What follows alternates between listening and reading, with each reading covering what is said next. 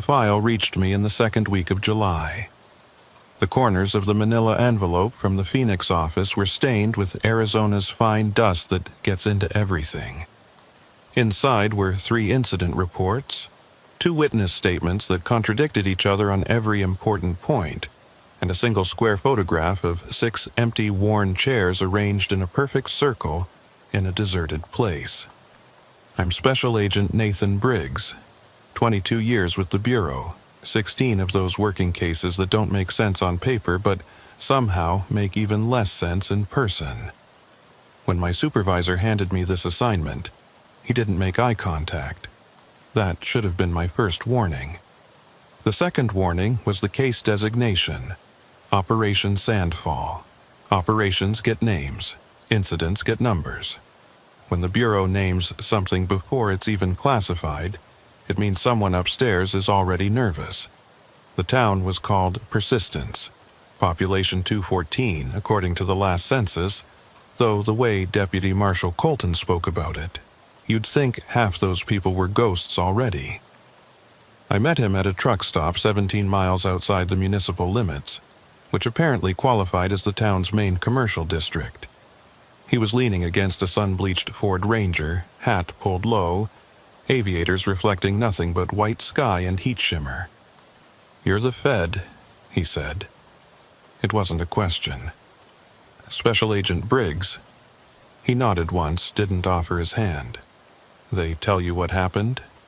6 people disappeared over a 9-day period. No bodies, no crime scene, no common connection between the victims except geographic proximity. "They tell you about the tape?" I looked at him. He was younger than I expected, maybe 35, but his face had that particular weathering that comes from too many hours staring into distances that never end. The kind of face that's seen something it doesn't want to talk about. "What tape?" He opened the passenger door of the Ranger. "Better if you hear it yourself." The drive to Persistence took 40 minutes on roads that barely qualified as roads. Washboard dirt tracks that rattled your teeth and made you wonder if your spine would ever properly align again. The landscape was exactly what you'd expect from this part of Arizona.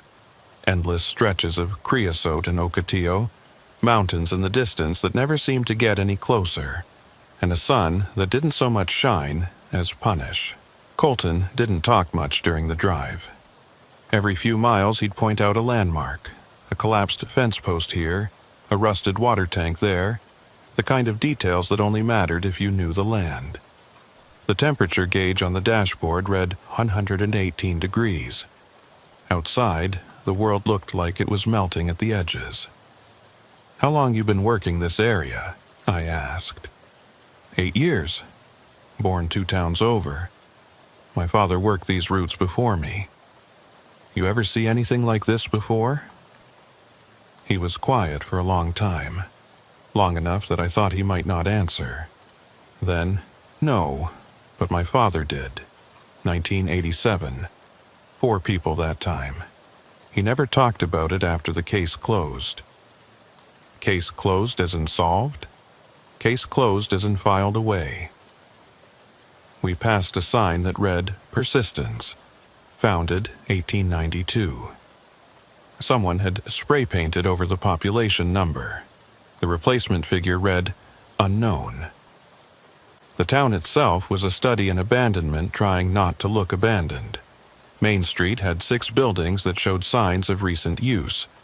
A general store with bars on the windows, a post office that doubled as the sheriff's substation, a diner with a flickering open sign, a gas station with pumps that looked older than I was, a motel with 8 rooms, and a parking lot full of sun-bleached vehicles and a small medical clinic with a faded red cross painted on the door. Everything else was empty. Not destroyed, not burned down, just empty in that specific way that says people left but didn't take anything with them. Screen doors hanging open, laundry still on lines, a bicycle lying on its side in a yard, one wheel slowly spinning in the hot wind. Colton parked in front of the sheriff's substation. Inside was cooler by maybe 5 degrees, which is to say it was still hot enough to make you feel like your blood was simmering. A single desk, a filing cabinet, a cot in the corner, and a UHF radio setup that looked military surplus. On the wall was a map of the county with 6 red pins clustered in a rough circle about 3 miles northeast of town. "The disappearances," Colton said, tapping the pins. "Miguel Ortega, 47, Sarah Danner, 32, Rick and Linda Kowalski, both 61, Jamie Reeves, 19, and Marcus Holt, 54. Happened between June 1st and June 9th. Any connection between them? None we could find. Different backgrounds, different jobs, different social circles. Miguel worked at the gas station. Sarah was a teacher at the elementary school. The Kowalskis were retired, just passing through. Jamie was a dropout working odd jobs. Marcus ran the general store. Only thing they had in common was they all lived or stayed within 5 miles of town. Witnesses? 3. All say the same thing, more or less. They saw the missing person one evening, everything seemed normal. Next morning they were gone. No signs of struggle, no indications they planned to leave. In some cases, their vehicles were still parked where they left them. Keys still in the ignition. I studied the map. The red pins formed an almost perfect circle. Radius approximately 2.3 miles. In the center of the circle was nothing, just empty desert. "What's out there?" I asked, pointing to the center. "Nothing. Old survey roads from a mining operation in the 30s. Couple of abandoned equipment sheds. Nothing that would draw 6 people at different times." "And the tape?" Colton moved to the desk, opened a drawer, pulled out an evidence bag. Inside was a small digital voice recorder, the kind you could buy at any electronics store for $40. The recorder was covered in fine dust and showed signs of sun exposure, plastic slightly warped. "Found this 4 days ago," Colton said. "Exactly in the center of that circle. It was sitting on top of a flat rock, like someone placed it there deliberately. No tracks leading to or from it. No disturbance in the surrounding sand. You listened to it? Once. Haven't played it since." He handed me the evidence bag. Through the plastic, I could see the recorder's LCD display was still lit. Battery indicator showing half charge. The record button was pressed in, locked in the on position. "Still recording?" I asked. "Has been for 4 days straight. Shouldn't be possible. Battery should have died after 12 hours, max." I turned the bag over in my hands. There was something else, something Colton wasn't saying. I could see it in the way he wouldn't look at the recorder directly, the way his jaw tightened when I asked about it. "What's on the tape, Deputy?" He finally met my eyes. "You need to hear it. But I'm going to tell you right now, after you do, you're going to want to leave. You're going to want to file a report that says this is a dead end, no leads, case suspended pending new evidence. You're going to want to forget you ever came here. I'm not in the habit of running from evidence. This isn't evidence, this is something else." He pulled a small portable speaker from another drawer, connected it to the recorder through the evidence bag's seal access point, and pressed play.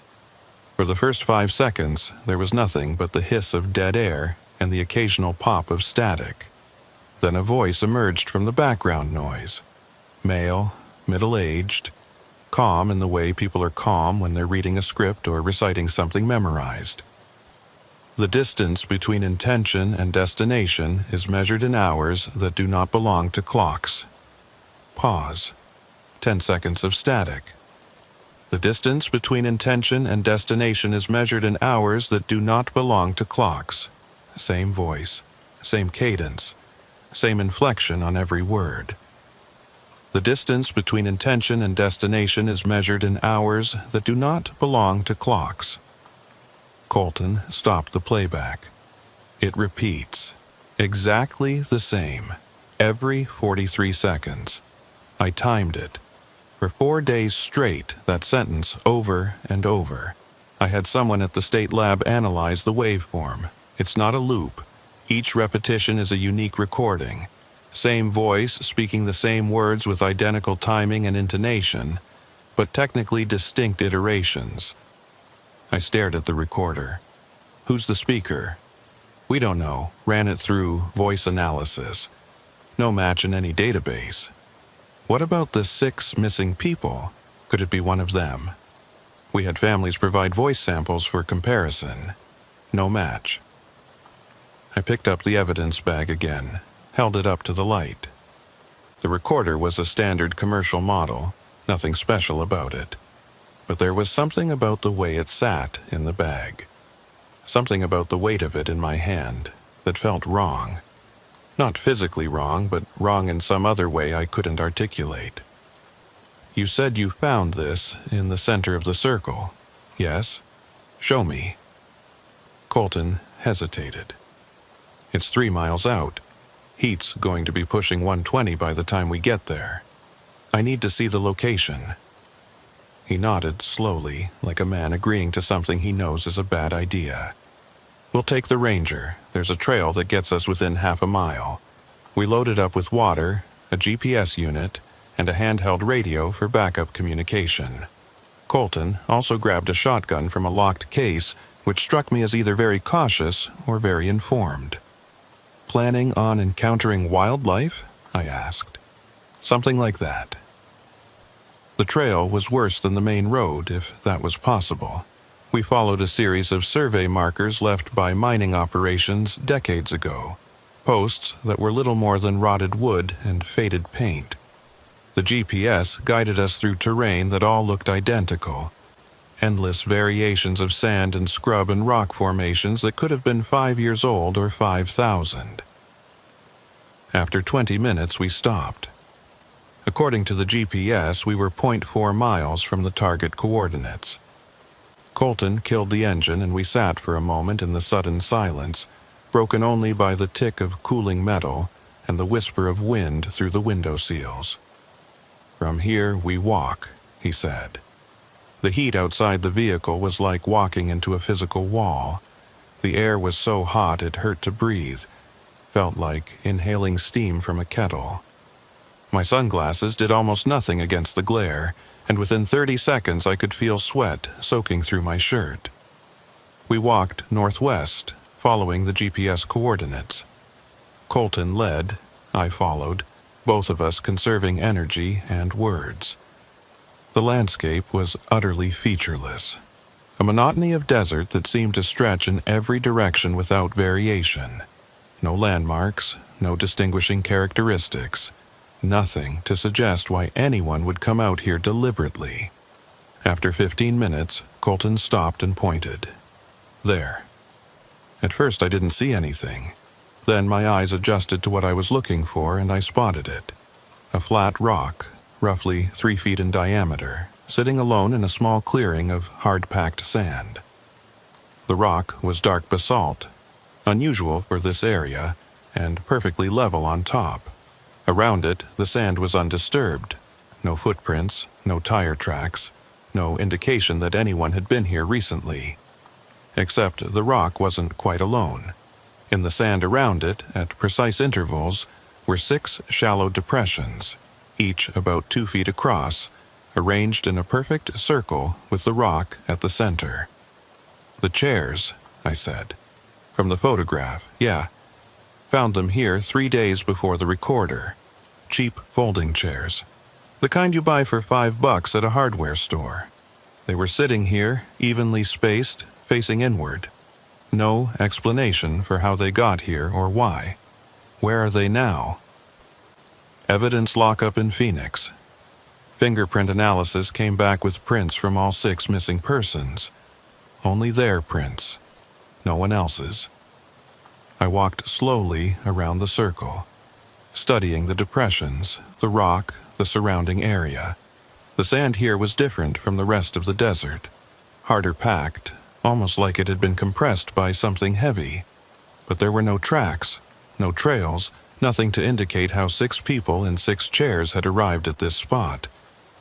You're telling me 6 people came out here, sat in these chairs, and then vanished? I'm not telling you anything. I'm showing you what we found. I knelt next to one of the depressions, touched the compacted sand. It was cool, several degrees cooler than the surrounding desert, which shouldn't have been possible in this heat. When you found the recorder, was it playing? Yes, same message, same interval. And it was sitting on this rock, centered, perfectly centered. I stood, looked at the GPS unit. The coordinates placed us at exactly 34.7, 192 112, Huasri A1 I pulled out my phone, checked if there was any cell coverage. Nothing. We were in a dead zone, which was normal for this part of Arizona, but there was something about the absolute absence of signal that felt deliberate. Deputy, I need you to be straight with me. What aren't you telling me about this case? Colton was quiet for a long time, staring at the circle of depressions like they might suddenly offer an explanation. When he spoke, his voice was lower, harder to hear over the wind. After we found the recorder, I came back here. Alone, I wanted to listen to it in situ, see if there was something about the location that made it make sense. So I sat on that rock and I played the tape. And nothing happened for about 5 minutes. Then I realized the sun was in the wrong position. When I'd sat down, it was mid-afternoon, sun almost directly overhead. But when I looked up, it was setting. I'd lost 3 hours. Lost or lost. One moment it was 2 p.m., the next moment it was 5 p.m. My watch had stopped. The GPS had reset, and the recorder was still playing the same message, but the timestamp on the recording had jumped forward by exactly 3 hours and 17 minutes. I looked at him. His face was absolutely serious, no hint of uncertainty or deception. This was a man reporting facts as he understood them, regardless of how impossible those facts seemed. 3 hours and 17 minutes. Yes. Did you experience anything during that time? Any sensation, nothing. It was like blinking. 1 second, then the next. Except 3 hours had passed. I turned back to the rock, studied it more carefully. There was nothing remarkable about it, just a flat piece of basalt sitting in the desert. But there was something about it that made me not want to get too close. Something about the way it sat there so perfectly level in the middle of nowhere. Has anyone else experienced time loss out here? Not that I know of, but I'm the only one who's been back since we found the recorder. I filed a report with the county, but they told me to wait for federal assistance before proceeding. So I waited, and you're here. The families of the missing persons, they haven't been out here? We kept the location confidential, told them we were following leads in multiple locations. Why?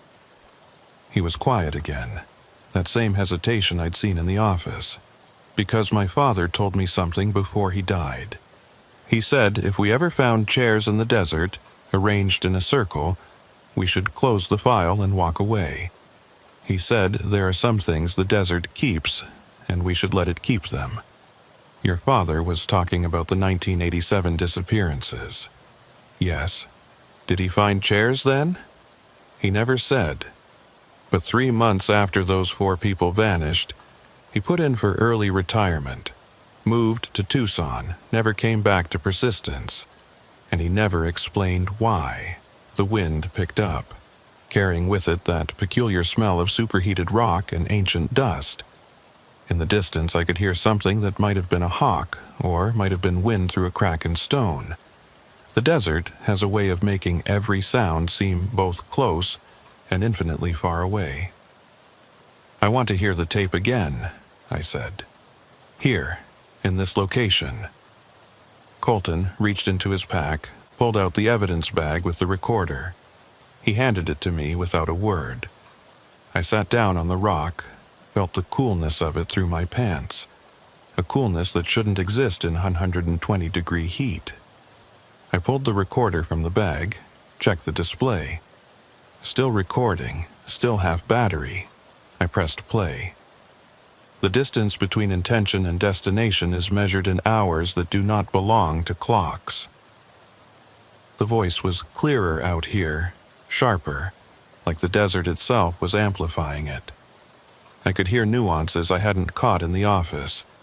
A slight wetness to the consonants, a barely perceptible accent that might have been West Texas or might have been something older.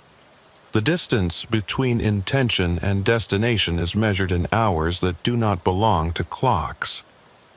I looked at my watch. 3:47 p.m. The second hand was moving normally, steady tick-tick-tick around the dial. The distance between intention and destination is measured in hours that do not belong to clocks. Colton was standing about 20 feet away, watching me carefully. His hand was near the shotgun, though I couldn't tell if that was conscious or reflexive. The distance between intention and destination is measured in hours that do not belong to clocks. I counted, 43 seconds exactly between each repetition. The distance between intention and destination is measured in hours that do not belong to clocks. The sun was directly overhead, fierce and white. The distance between intention and destination is measured in hours that do not belong to clocks. I looked at my watch, 3:48 p.m. 1 minute had passed. The distance between intention and destination is measured in hours that do not belong to clocks. Something moved in my peripheral vision, but when I turned to look, there was nothing there, just heat shimmer and empty desert. The distance between intention and destination is measured in hours that do not belong to clocks. I pressed stop, checked my watch. 3:49 p.m. 2 minutes total, everything was normal. Except when I looked up at Colton, his expression had changed. He was staring at me like he'd just seen something impossible. "What?" I asked. "How long did you listen?" 2 minutes, maybe a little less. "Why?" He held up his own watch. "Agent Briggs, it's 5:32. I looked at my watch again. 3:49 p.m. Looked at the GPS unit on my belt. 3:49 p.m. Looked at the sun. It was setting. The shadow cast by the rock stretched long across the sand, pointing almost due east. The temperature had dropped to something closer to 90 degrees. The light had that particular golden quality that only comes in the hour before dusk. "That's not possible," I said. Colton walked closer, slowly, like approaching a spooked animal. "Look at your phone." I pulled it out. No signal, but the timestamp was clear. 17:32, 5:32 p.m. "I watched you," Colton said quietly. "You sat down on that rock at 3:47. I timed it because I wanted to see if the same thing would happen to you. You played the tape for exactly 90 seconds, then stopped. You looked at your watch, you looked at me, you asked, 'What?' And it was 5:30. 1 hour and 43 minutes had passed, but you experienced it as 2 minutes. I stood up from the rock, felt momentarily dizzy. The recorder was still in my hand, display still showing the recording in progress. I checked the timestamp on the file. It showed 5 hours and 27 minutes of continuous recording since I'd last started playback. "This isn't possible," I said again. And yet it happened. I walked away from the rock, away from the circle of depressions, put distance between myself and whatever that place was. My watch was still showing 3:49 p.m., frozen at that time, second hand stuck in place. I tapped it, shook it. Nothing changed. "We need to leave," Colton said. "Now. I need to document this, take photographs, soil samples, measurements. Agent Briggs, with respect, no you don't. What you need to do is exactly what I did. You need to walk away from this rock, get back to town, and write a report that says the investigation is ongoing but inconclusive. I can't do that. Yes, you can. Because whatever is happening out here, it's not something the Bureau can investigate. It's not something anyone can investigate. I looked back at the rock, at the circle, at the place where 6 people had sat and then vanished. The recorder in my hand was still playing, still speaking that same sentence over and over, and for just a moment I could hear something underneath the words, something that sounded like breathing or wind or both. "I need more time," I said. "Time is exactly what you don't have out here," Colton said. "Or rather, time isn't what you think it is out here. Please, we should go." He was right, of course. Every instinct I had was screaming that this place was wrong, that something here operated outside normal physical laws, that staying any longer was dangerous in ways I didn't fully understand. But I'm an FBI agent. I don't walk away from crime scenes because they're strange. I don't abandon investigations because the evidence doesn't make sense. So instead of leaving, I did something monumentally stupid. I sat back down on the rock. "Agent Briggs, don't." I pressed play on the recorder. "The distance between intention and destination is measured in hours that do not belong to clocks." Colton was moving toward me, hand outstretched. "The distance between intention and destination is measured in hours that do not belong to clocks." I could see his mouth moving, but I couldn't hear what he was saying over the voice from the recorder. "The distance between intention and destination is measured in hours that do not belong to clocks." The sun was setting. Then it was overhead. Then it was setting again. "The distance between intention and destination is measured in hours that do not belong to clocks." Colton was standing 20 feet away. Then he was right next to me. Then he was gone. "The distance between intention and destination is measured in hours that do not belong to clocks." I tried to stand, but my legs wouldn't move. I tried to speak, but my voice wouldn't work. "The distance between intention and destination is measured in hours that do not belong to clocks." The desert around me was flickering, changing, like someone was flipping through photographs of the same location at different times. Day, night, day, twilight, noon, midnight, dawn. The distance between intention and destination is measured in hours that do not belong to clocks. I could see shapes in the circle now, faint outlines sitting in chairs that weren't there. 6 shapes, motionless, facing inward. The distance between intention and destination is measured in hours that do not belong to clocks. One of the shapes turned its head to look at me. I couldn't see its face, but I knew somehow that it was Marcus Holt, the man who ran the general store, one of the 6 missing persons. The distance between intention and destination is measured in hours that do not belong to clocks. I pressed stop. The recorder clicked off. The shapes vanished. The desert returned to normal, late afternoon sun casting long shadows, temperature dropping toward evening cool. Colton was kneeling next to me, hand on my shoulder. "Agent Briggs, can you hear me?" "Yeah," I said.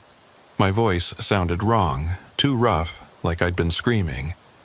"Yeah, I can hear you. How long was I listening?"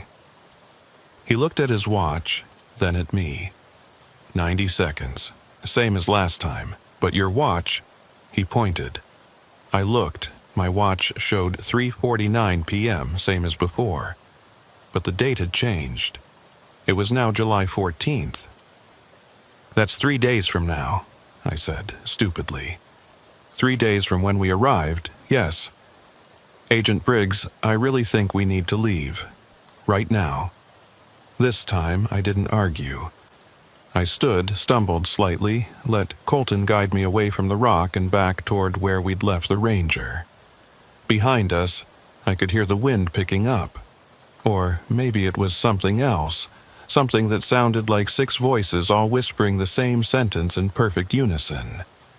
We didn't talk on the walk back. We didn't talk during the drive to town.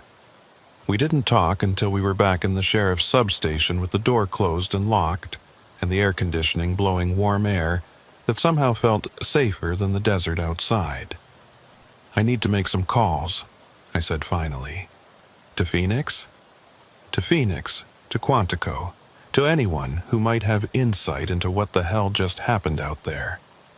Colton nodded, but his expression said he didn't think phone calls would help. He was probably right. I spent the next 4 hours on the phone, talking to supervisors, specialists, technical analysts, anyone who might have a framework for understanding what I'd experienced. Every conversation followed the same pattern: description of events, long silence, careful questions about my mental state, suggestions that perhaps the heat had affected my judgment, recommendations that I take a few days to rest before filing a formal report.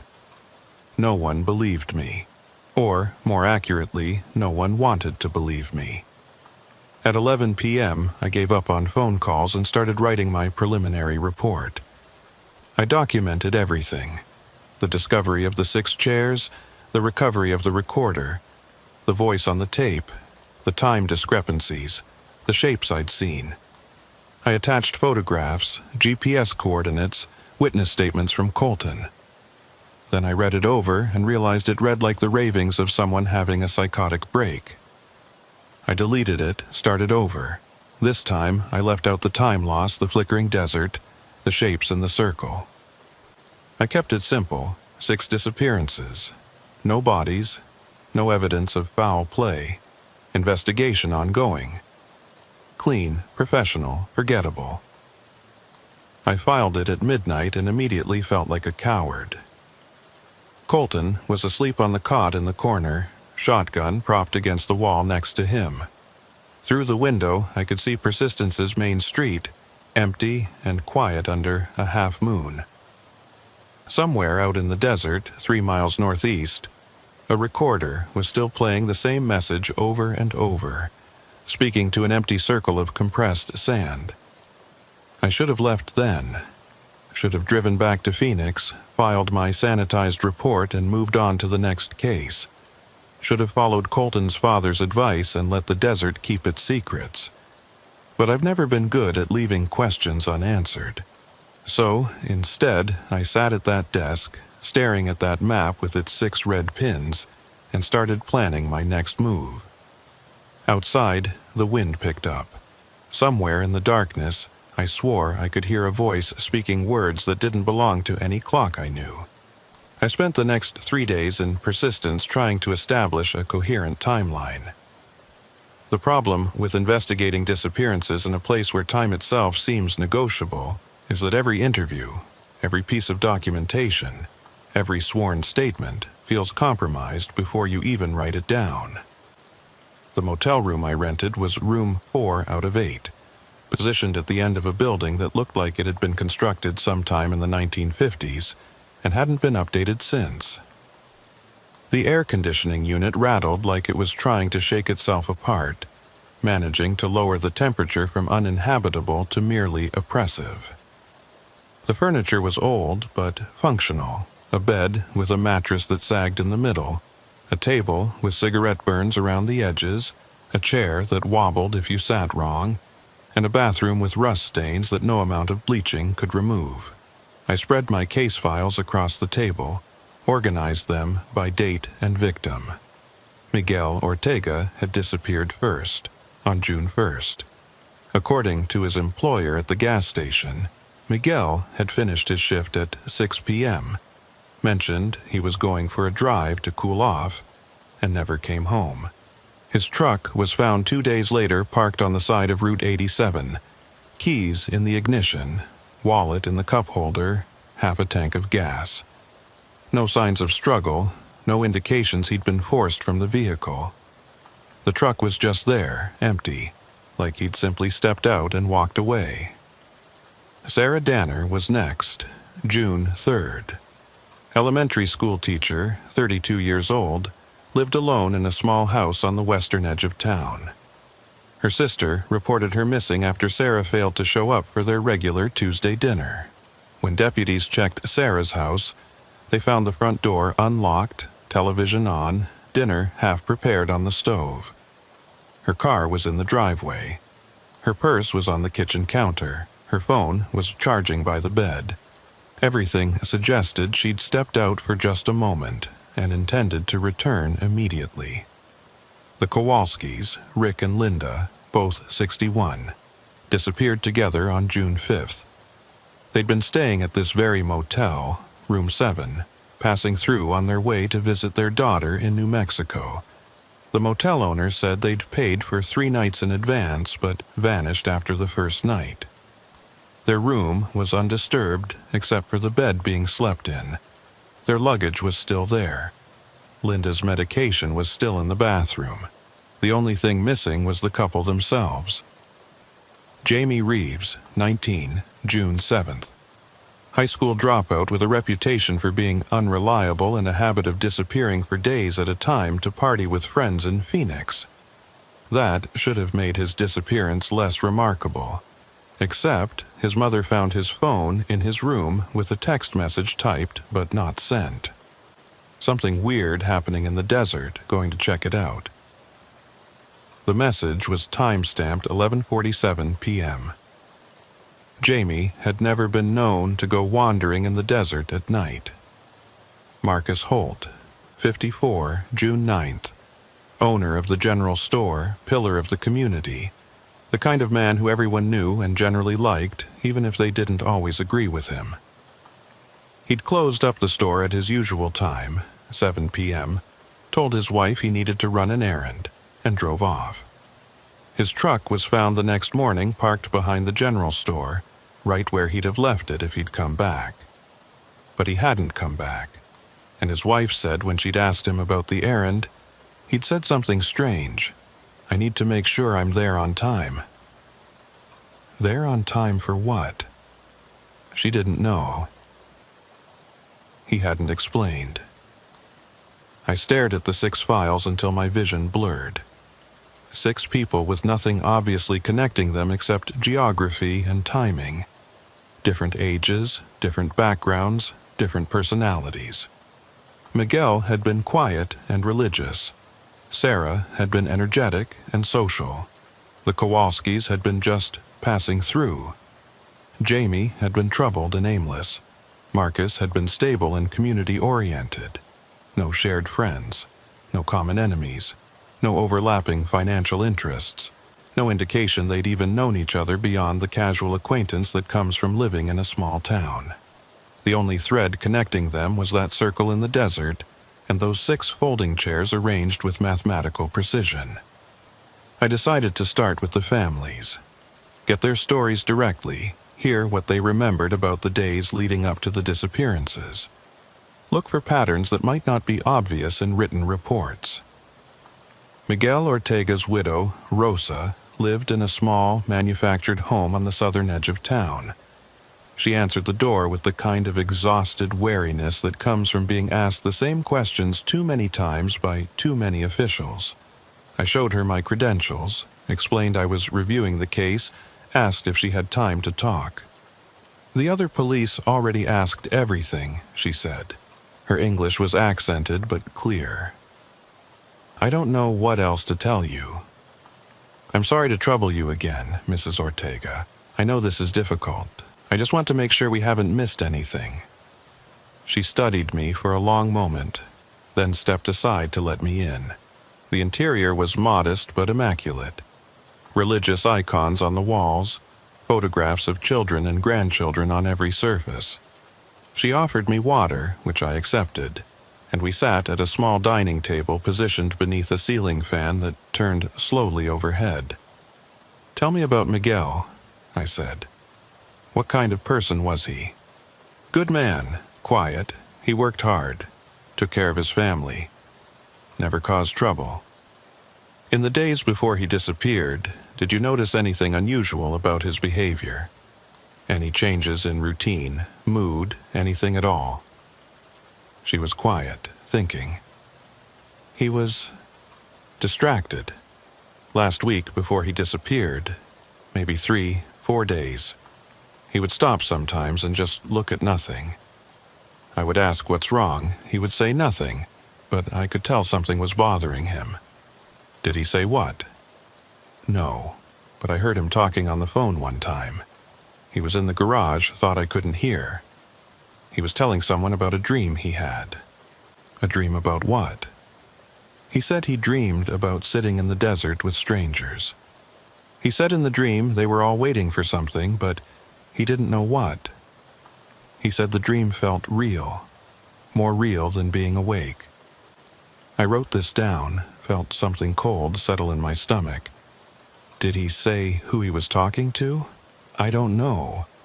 When I asked later, he said it was nobody, just someone from work. Do you know if any of the other missing people had similar dreams? I don't know about the others, but at Miguel's funeral, Sarah Danner's sister mentioned Sarah had been having nightmares.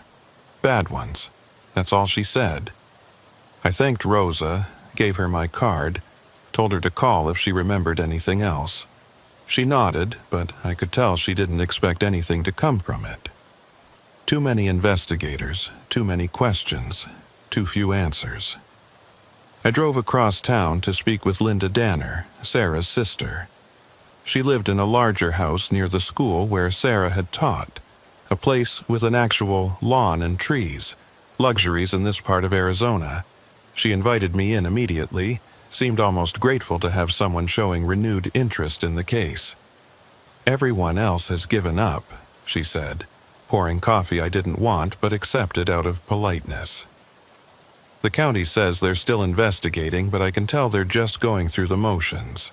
Sarah's been gone over a month, and I don't think anyone's actively looking for her anymore. I'm looking, I said. Can you tell me about the nightmares Sarah was having? Linda paused, mid-pour, looked at me sharply. How did you know about those? It came up in another interview. Can you describe them? She finished pouring, sat down across from me. Sarah called me about a week before she disappeared. She said she'd been having the same dream every night for 3 nights in a row. She dreamed she was sitting in a circle in the desert with people she didn't know. She said they were all very quiet, just sitting and waiting. She could see the sun moving across the sky, but it was moving wrong. Too fast or too slow, she couldn't tell which. And there was a voice saying something over and over, the same sentence, but she couldn't quite make out the words. The cold feeling in my stomach intensified. Did she say anything else about the dream? She said it felt like a memory more than a dream, like she was remembering something that hadn't happened yet. I told her she was working too hard, needed to take some time off, but Linda's voice caught. But then she vanished, and now I wonder if the dreams meant something. Did she mention if anyone else was having similar dreams? She didn't say. Why? Are others having them? I didn't answer directly. Did Sarah seem frightened by the dreams? No, that's what was strange. She said the dreams didn't scare her. They just made her feel like she needed to be somewhere at a specific time, but she didn't know where or when. I needed to be there on time. Marcus Holt's last words to his wife. I interviewed 4 more families that day and into the evening. Each conversation revealed variations on the same theme. In the days before disappearing, the victims had all experienced vivid dreams about sitting in a circle in the desert. Some had mentioned the dreams to family members, others had kept quiet about them. But the pattern was unmistakable. Jamie Reeves's mother said he'd woken up screaming 3 nights before he vanished, shouting something about how the sun was wrong. The Kowalski's daughter said her father had called her the day before they disappeared, mentioned having the strangest dream about waiting in the desert with strangers, laughed it off as probably something he ate. Marcus Holt's wife said he'd started sleeping poorly about a week before. Would wake up in the middle of the night and sit on the edge of the bed, staring at nothing. 6 people, 6 identical dreams, 6 disappearances. I returned to the motel around 9 p.m., exhausted and disturbed. The sun had finally set, dropping the temperature to something almost bearable, and the desert night was alive with small sounds: insects, distant coyotes, the whisper of wind through creosote bushes. Deputy Colton was waiting in the parking lot, leaning against my rental vehicle. "Find anything useful?" he asked. Maybe. They all had dreams. Same dream, more or less. About sitting in a circle in the desert waiting for something. He nodded slowly. I was afraid of that. Why? Because it means this isn't random. Whatever happened to them, they were selected somehow. Called. Called by what? I don't know, but I've been doing some research. Old newspapers, local history, anything I could find about previous disappearances in this area. I found something I think you should see. He pulled out a folder, opened it to reveal photocopied newspaper articles yellowed with age. The first was from the Persistence Observer, dated September 1987. The headline read, "4 locals still missing after 2 weeks." "Your father's case," I said. "Read the article." I scanned the text. 4 people had vanished over a 10-day period in September 1987. Different ages, different backgrounds. No obvious connections except geography. The disappearances had been investigated by local sheriff's deputies with assistance from state police. The investigation had eventually been closed due to lack of evidence. The 4 missing persons were presumed dead, but bodies were never recovered. "Sounds familiar," I said. "Keep reading. There's a follow-up article from 3 weeks later." The second article was shorter, buried on page 4. The headline, "Missing Persons Report Amended. Investigation Suspended." The text explained that new evidence had come to light suggesting the 4 missing persons had left the area voluntarily. The investigation was being suspended pending further developments. No details about what evidence had prompted this conclusion. "That's a bullshit closure," I said. "They're saying 4 people who had no connection to each other all decided to leave town at the same time without telling anyone." "Exactly. I found my father's personal notes from the case. He kept them in a storage unit, never threw anything away. The official story about voluntary departure was fabricated. He knew it, the county knew it, everyone involved knew it. They closed the case because they couldn't solve it and didn't want to admit it." "What did your father's notes say?" Colton hesitated. "He found chairs. 6 folding chairs arranged in a circle in the desert, 3 miles northeast of town. Same location where we found the chairs last month." 6 chairs for 4 missing people? That's what his notes said. 6 chairs, but only 4 people had disappeared at that point. He photographed the scene, documented everything. Then, 2 days later, he went back to take more photographs and the chairs were gone. Just vanished, and something else happened. "What?" "He lost time, same as we did. He wrote in his notes that he'd arrived at the location at 2 p.m. and left at 2:15. But when he got back to town, it was almost 6. His watch had stopped. His vehicle's clock had reset. He couldn't account for the missing hours. Did he report this?" "To his supervisor, yes. Who told him to close the file and move on. Said there was no point pursuing a case they couldn't solve and that dwelling on unexplainable elements would only make the department look incompetent. So he buried it." "He did. But he told me about it before he died. He said the desert has its own rules and we're fools to think we understand them. He said there are places where time doesn't work right, where the normal laws break down, and that spot northeast of town is one of them. He said if I ever encountered anything similar, I should walk away and never look back." "But you didn't walk away." "No, because 6 more people have disappeared, and I have a responsibility to at least try to figure out what's happening, even if I can't stop it." I handed the folder back to him. "I need to go back to that location, during the day, properly equipped, with witnesses and documentation. We need to establish exactly what's happening there. Agent Briggs, with respect, that's insane. You've already experienced time lost there once. Going back deliberately is asking for trouble. I'm aware of the risk. But this is now a serial disappearance case with at least 10 victims across 2 incidents 30-plus years apart. If there's a pattern, if there's something about that location that can be understood and documented, then I have an obligation to pursue it. Colton studied me for a long moment. You won't find anything that makes sense. That place doesn't want to be understood. Maybe not, but I have to try.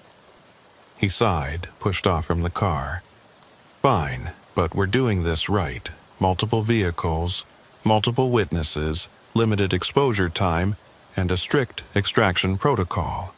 If anything goes sideways, we leave immediately. Agreed? Agreed. Tomorrow morning, 0600, bring water, GPS, backup radio, and write a letter to your family explaining where you're going. If you vanish out there, at least they'll know what happened. You're a real optimist, Deputy. I'm a realist. This desert has already taken 10 people that we know of. There's no reason to think it won't take more. That night, I lay in bed in room 4, listening to the air conditioner rattle and watching shadows from passing headlights track across the ceiling.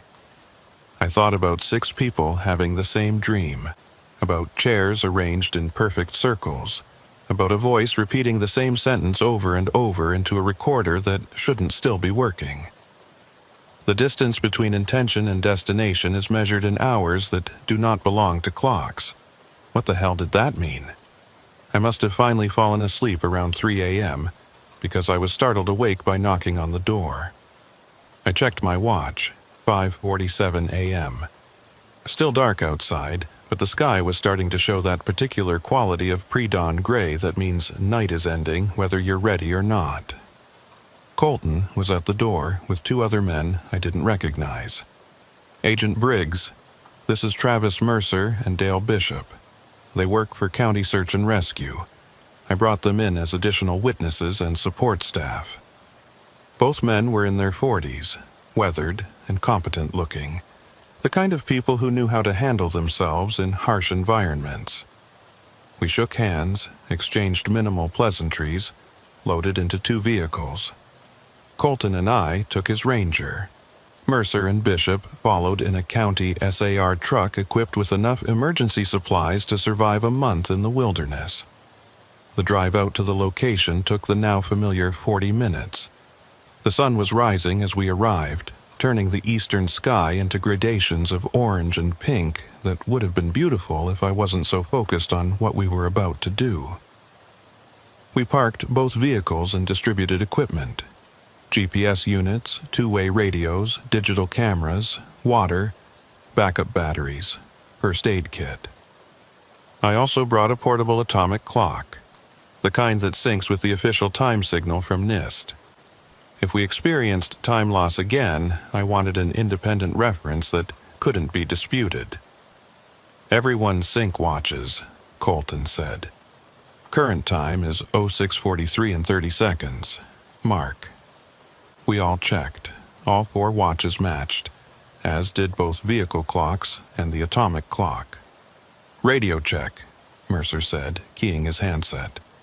We all confirmed clear reception. Ground rules, Colton continued. We walk in together. We stay within visual contact of each other at all times. Time limit is 30 minutes. At 07:13, we extract regardless of what we've found or haven't found. If anyone experiences dizziness, disorientation, or any other unusual symptoms, they call it out immediately and we all leave. No heroics, no pushing through. Understood? We all confirmed. One more thing, I said. I'm going to activate the recorder that we found. I want to see if there's any change in the time loss effect when it's playing versus when it's not. That seems unwise, Bishop said. Probably. But we need data, and that means taking calculated risks. Colton looked unhappy but nodded. Your call, Agent. Let's move out. We walked in formation, 2 by 2, following the GPS coordinates. The desert was quiet in that particular way it gets in early morning. Most of the nocturnal creatures bedded down, the daytime species not yet active. Our footsteps crunched on hardpack and gravel, the only sound for miles. After 15 minutes, we reached the location. The flat basalt rock was exactly as I'd left it 3 days ago, perfectly level, sitting alone in its circle of compressed sand. The 6 depressions where the chairs had been were still visible, undisturbed by wind or weather. "Jesus," Mercer whispered. "You didn't mention how wrong this place feels." He was right. There was something about this spot that made your hindbrain start screaming danger signals. Some quality to the air, or the light, or the way sound moved that registered as fundamentally incorrect. I could see Bishop shifting his weight, clearly uncomfortable, probably wanting to suggest we leave immediately. "Cameras," I said. "Document everything before we proceed." We spent 5 minutes photographing the site from every angle, taking measurements, recording GPS coordinates with multiple devices. The atomic clock showed 06:58:17 when we finished. "Agent Briggs," Colton said quietly, "look at your watch." I looked. It showed 06:58:17, exactly synchronized with the atomic clock. "Now, look at the sun." I looked up. The sun was noticeably higher than it should have been. Based on the time, it should have been barely above the eastern horizon. Instead, it was at least 15 degrees up, the position it should be closer to 7:30 or 8 a.m. "Check GPS elevation data," I said. Bishop pulled out his GPS unit, cycled through screens. Current elevation 2,007 feet, same as when we parked. Sun position. Mercer had a smartphone with a sky mapping app. According to this, the sun should be at 12 degrees elevation. Actual position is approximately 26 degrees. "That's impossible," Bishop said. "And yet," I said. I pulled the evidence bag with the recorder from my pack, opened the seal, took the device out. It was still recording, still showing half battery, same as it had been for over a week now. "Everyone note the time before I press play. Call it out." "Oh, 6:59 and 45 seconds, Colton said. "Confirmed," Mercer and Bishop said in unison. I pressed play. The distance between intention and destination is measured in hours that do not belong to clocks. The voice was louder here, clearer, like it was being broadcast through speakers we couldn't see. "The distance between intention and destination is measured in hours that do not belong to clocks." The sun moved, not jumped, not flickered, moved, smoothly, visibly, noticeably. It arced from its position at 26 degrees to approximately 45 degrees in what felt like 3 seconds. "The distance between intention and destination is measured in hours that do not belong to clocks." "Colton," Mercer said, his voice tight. "What's happening?" "Everyone, stay calm," Colton said, but his voice betrayed his own lack of calm. "The distance between intention and destination is measured in hours that do not belong to clocks." I looked at my watch. Still showed 06:59:45. Hadn't advanced. The atomic clock showed 07:03:29.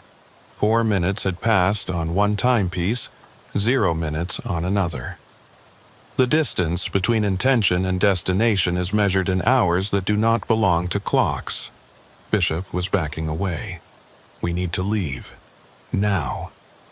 "The distance between intention and destination is measured in hours that do not belong to clocks." I saw them then, the same shapes I'd seen before.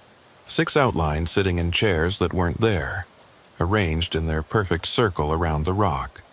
Faint at first, like heat shimmer, then gradually more solid. "The distance between intention and destination is measured in hours that do not belong to clocks." "Agent Briggs, do you see that?"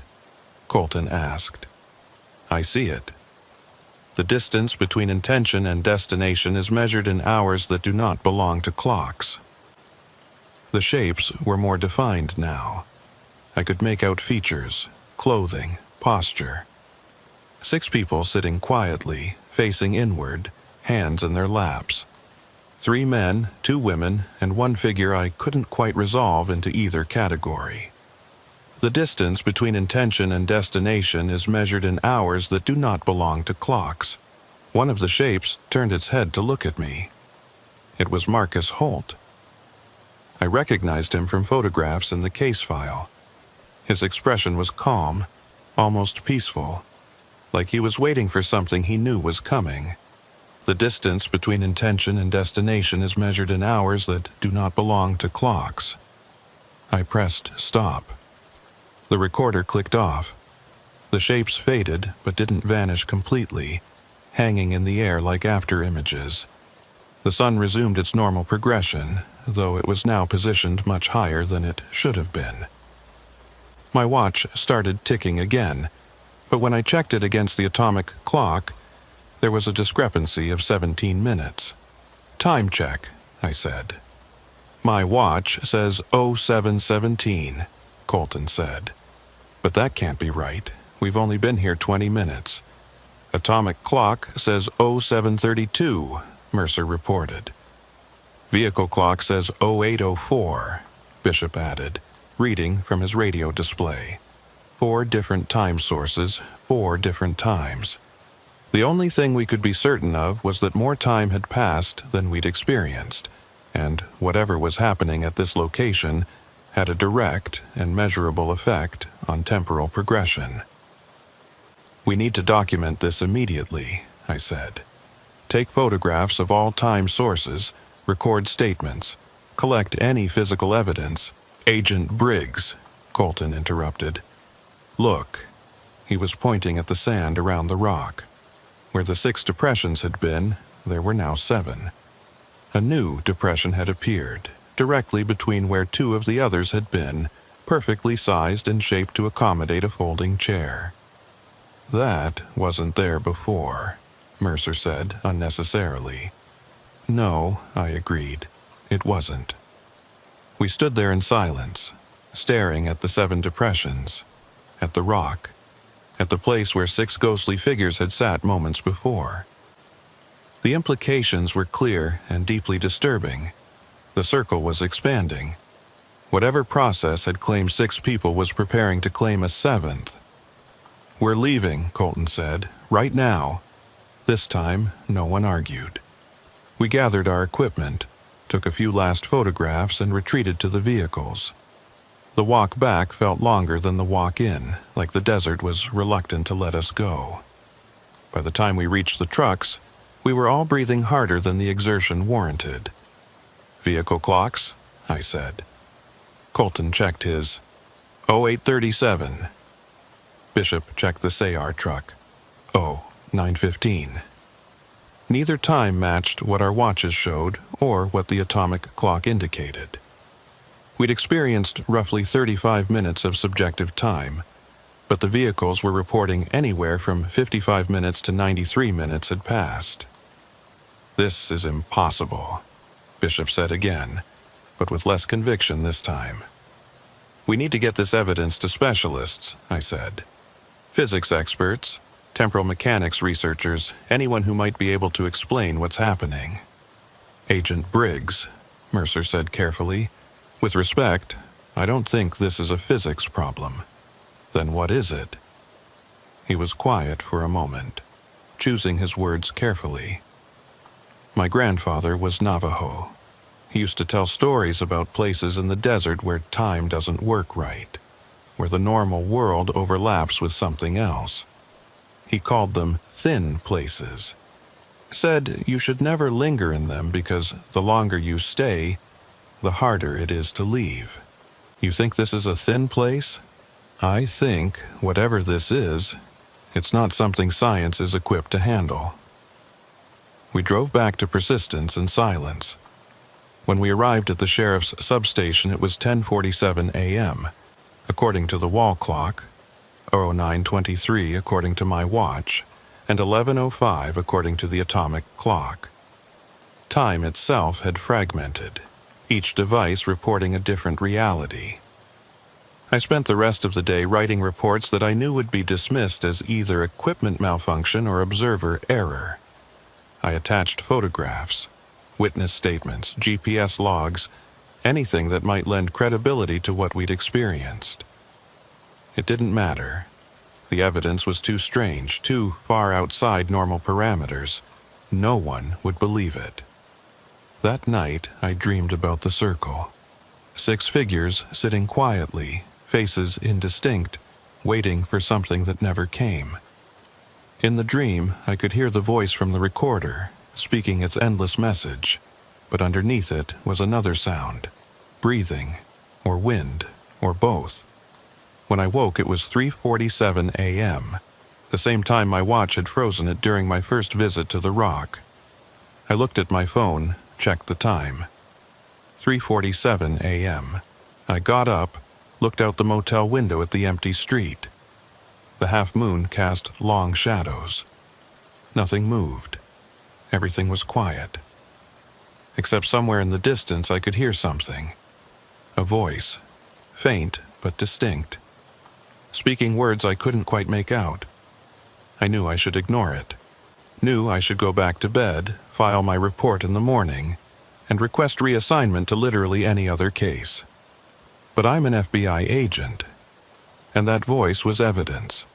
So I got dressed, grabbed my equipment, and drove back into the desert alone. It was the stupidest decision of my life. The desert at night is a different place than the desert during the day. The temperature drops 40 degrees. The sounds change. Things that hide from the sun come out to hunt, and without the visual reference of horizon and sky, distance becomes meaningless. You could be driving towards something a mile away or 10 miles away and have no way to know until you arrived. I followed the GPS coordinates, driving slowly on roads that weren't really roads anymore. My headlights carved a tunnel through the darkness, illuminating creosote bushes and rock formations that all looked identical. The dashboard clock read 4:23. My watch read 3:47. The time on my phone kept flickering between different values, never settling on one for more than a few seconds. I knew this was monumentally stupid. Going back to that location alone, at night, after experiencing temporal displacement twice already. If I disappeared now, no one would know what happened. Colton might guess, but guessing wasn't the same as knowing. I'd simply become the 7th depression in the sand, another missing person file to be closed and forgotten. But I had to know, had to understand what was happening at that location, what those 6 people had experienced before they vanished. The voice I'd heard from the motel room was calling me, pulling me toward something I couldn't name. After 30 minutes, I reached the location where we'd parked that morning. I killed the engine, sat in the sudden silence. Outside, the moon provided enough light to see maybe 20 feet in any direction. Beyond that was pure darkness, deep and complete. I checked my equipment. Flashlight, GPS, radio, water, first aid kit. Phone, fully charged, even though the clock was still flickering. Camera with fresh batteries. The recorder I'd taken from evidence. Still showing half battery. Still recording its endless message. I should have brought backup. Should have waited until morning. Should have requested support from specialists who might actually know what they were dealing with. Instead, I opened the door and stepped out into the desert night. The temperature was actually pleasant, maybe 65 degrees, cool after the day's heat. The air smelled of dust and creosote and something else, something I couldn't identify. Ozone maybe, or electricity, or nothing at all. I started walking northeast following the GPS. The beam of my flashlight created a small bubble of visibility in the surrounding darkness. Every few steps I'd stop and listen. The desert was quiet but not silent. Small sounds, wind through rocks, distant coyote songs, the whisper of sand moving across sand. And underneath it all, that voice. Still faint, still indistinct, but definitely there. Speaking the same sentence over and over. After 15 minutes I saw it. The flat basalt rock, visible in the moonlight, darker than the surrounding sand. The 7 depressions arranged around it in their perfect circle. And sitting in one of those depressions, facing inward, was a folding chair. I stopped walking. The chair hadn't been there that morning, I was certain of it. We'd photographed the site extensively, documented every detail. There had been 7 empty depressions, and no chairs. Now, there was one chair. I approached slowly, flashlight beam sweeping across the scene. The chair was exactly like the ones that had been found 3 days before. Cheap metal frame, green canvas seat, the kind you could buy at any hardware store. It sat in the depression closest to my approach vector, positioned precisely in the center of the compressed sand, facing the rock. I circled around, checking the other 6 depressions. All empty. Just the one chair I should have left. Should have radioed Colton, called for backup, established a perimeter and brought in a full investigative team. Standard procedure for anything this anomalous. But that voice was louder now, clearer. I could almost make out the words. And the chair was empty, waiting. Positioned as if someone had placed it there specifically for me. I sat down. The chair was surprisingly comfortable. The compressed sand beneath it felt solid, stable. I was facing the rock, maybe 6 feet away, the moon casting my shadow across its dark surface. I pulled out the recorder, checked the display. Still recording. I placed it on the rock, centered it carefully, pressed play. The distance between intention and destination is measured in hours that do not belong to clocks. The voice was much louder now, clear and distinct. Middle-aged male, no particular accent, speaking with absolute certainty. I could hear details I'd missed before, the slight pause between intention and, the emphasis on measured, the way clocks was pronounced with a hard K sound. The distance between intention and destination is measured in hours that do not belong to clocks. The moon flickered, or maybe my vision flickered. One moment it was there, bright and clear. Next moment it was slightly lower in the sky. The distance between intention and destination is measured in hours that do not belong to clocks. I looked at my watch. 3:47. Looked at the GPS. Timestamp. 04:52. Looked at the phone. The display showed 3:14. The distance between intention and destination is measured in hours that do not belong to clocks. 5 shapes materialized in 5 of the other depressions. Not slowly, not gradually. They were simply there, as if they'd always been there, and I was only now able to see them. 3 men, 2 women, sitting quietly, hands folded in their laps, faces calm. The distance between intention and destination is measured in hours that do not belong to clocks. I recognize them now. Miguel Ortega in the depression to my right. Sarah Danner directly across from me. Rick and Linda Kowalski side by side to my left. Marcus Holt next to them. Jamie Reeves should have been in the remaining empty depression, but that space was vacant. The distance between intention and destination is measured in hours that do not belong to clocks. "Where's Jamie?" I asked.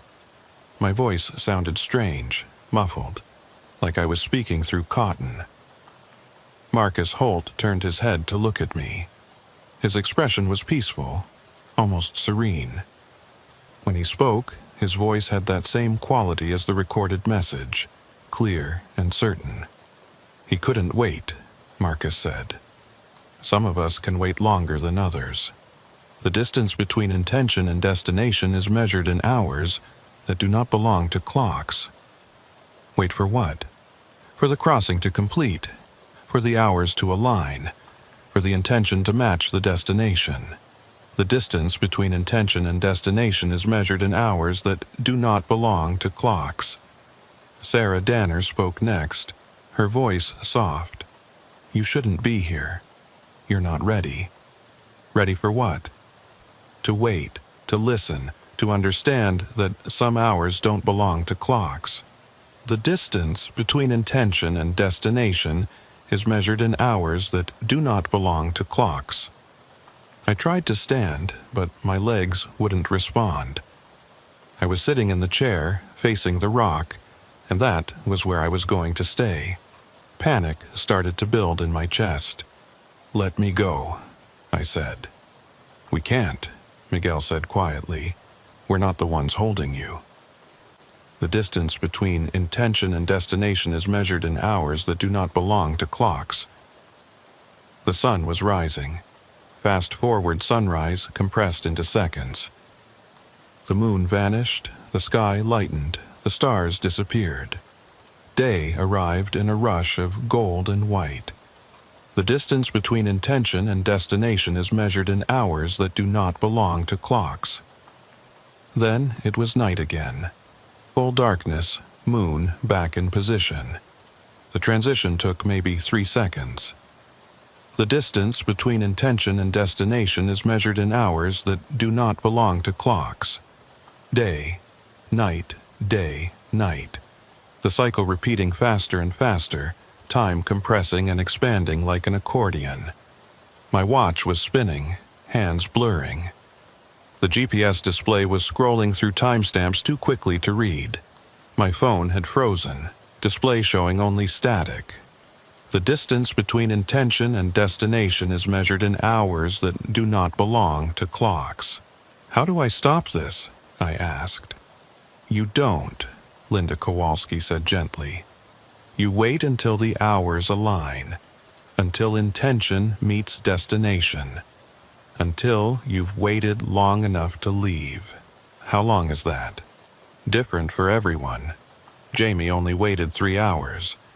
He couldn't hold on longer. Marcus has been here 6 weeks. The rest of us are somewhere in between. The distance between intention and destination is measured in hours that do not belong to clocks. 6 weeks? But you've only been gone a month. Time doesn't work the same here, Rick Kowalski said. Inside the circle and outside the circle are different. Inside, we experience days and weeks. Outside, hours pass. The ratio isn't consistent. The distance between intention and destination is measured in hours that do not belong to clocks. The day-night cycle was slowing now, settling into a rhythm. Day for what felt like an hour. Night for the same. Then again, and again. What happens after you wait long enough? I asked. No one answered. They just sat there, calm and patient, hands in their laps, facing the rock. The distance between intention and destination is measured in hours that do not belong to clocks. I tried the radio, pressed transmit, called for Colton. Nothing but static. Tried my phone. No signal, display still frozen. Tried to stand again, still paralyzed from the waist down.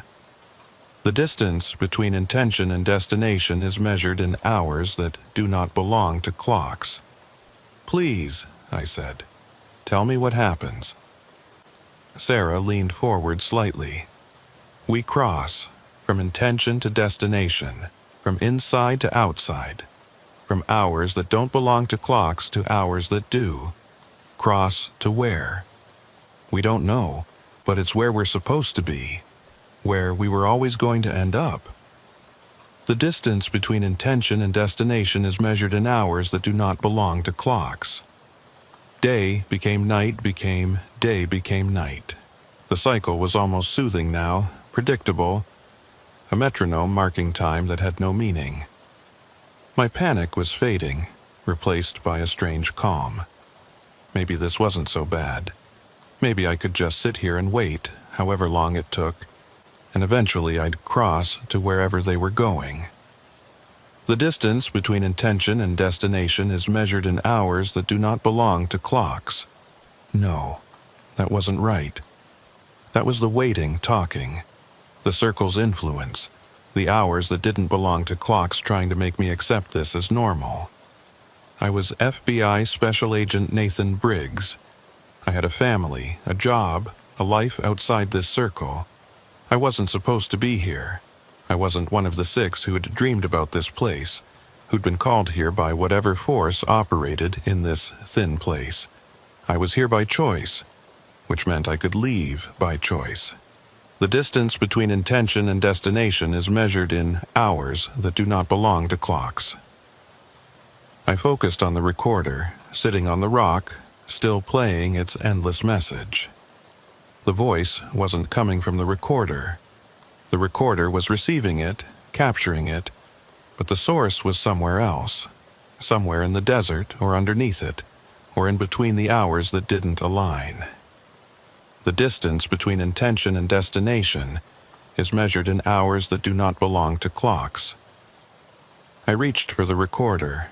My arm moved, slowly, like pushing through water. My fingers touched the plastic casing. The distance between intention and destination is measured in hours that do not belong to clocks. Don't, Marcus said quietly. If you stop it now, you'll be trapped halfway between, neither here nor there. The distance between intention and destination is measured in hours that do not belong to clocks. I'll take my chances. I pressed stop. Everything froze. Day-night cycle stopped mid-transition. The sky an impossible mixture of dawn and dusk simultaneously. The 5 figures frozen in their positions, mouths open mid-word. The wind stopped. Sound stopped. Even my own breathing stopped, or seemed to, though I could still feel my chest moving. The only thing still active was my mind, racing through the implications. I'd stopped the playback, but the effect hadn't ended. I was caught between states, between the normal world and whatever this place was, unable to fully exist in either. I pressed play. The distance between intention and destination is measured in hours that do not belong to clocks. Everything resumed. The figures relaxed. The day-night cycle continued. Sound returned. We tried to warn you, Sarah said sadly. The distance between intention and destination is measured in hours that do not belong to clocks. I needed a different approach. The recorder wasn't controlling this place, it was just documenting it. Stopping the playback didn't break the effect, it just suspended me in stasis. The distance between intention and destination is measured in hours that do not belong to clocks. What had Colton's father said? There are some things the desert keeps, and we should let it keep them. But I wasn't one of those things. I didn't belong here. The distance between intention and destination is measured in hours that do not belong to clocks. I thought about the 7th depression, the empty space where no chair sat. I'd sat in someone else's chair, taken someone else's position in the circle. But that 7th space was mine, or would be mine, if I stayed.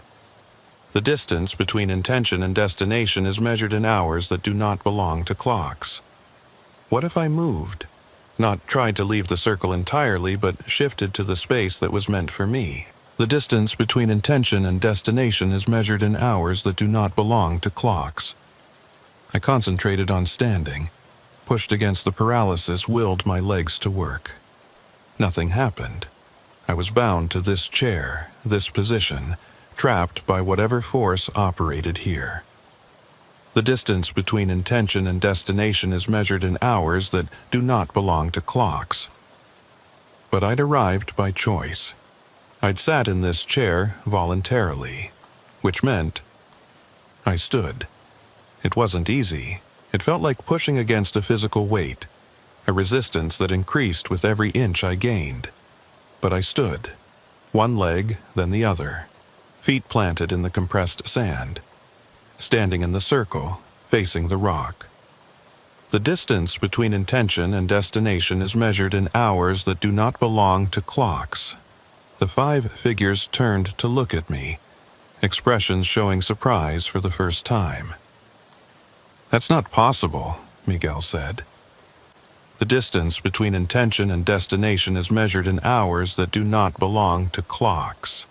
I took a step backward, away from the rock, toward the edge of the circle. The resistance increased, felt like walking through cement that was slowly hardening. But I took another step, then another. The distance between intention and destination is measured in hours that do not belong to clocks. "You're breaking the pattern," Marcus said, voice strained. "If you leave before the waiting is complete, you'll damage the crossing." "Good," I said, and took another step. The distance between intention and destination is measured in hours that do not belong to clocks. The day-night cycle was accelerating again, faster and faster, becoming a strobe effect of light and dark.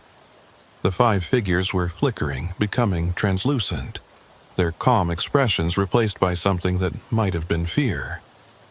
The distance between intention and destination is measured in hours that do not belong to clocks. One more step. The edge of the circle was right there, maybe 2 feet away. I could see the boundary clearly now, a visible line where the compressed sand met the normal desert. Cross that line, and I'd be free. The distance between intention and destination is measured in hours that do not belong to clocks. I reached for my pocket, pulled out my FBI credentials, opened the wallet, let it fall into the circle. Proof that I'd been here. Evidence that couldn't be disputed. The distance between intention and destination is measured in hours that do not belong to clocks. Then I stepped across the line. The transition was immediate and violent. The day-night cycle vanished, replaced by stable darkness. The 5 figures disappeared. The rock became just a rock. The recorder fell silent mid-sentence. I collapsed onto normal sand, gasping, heart hammering.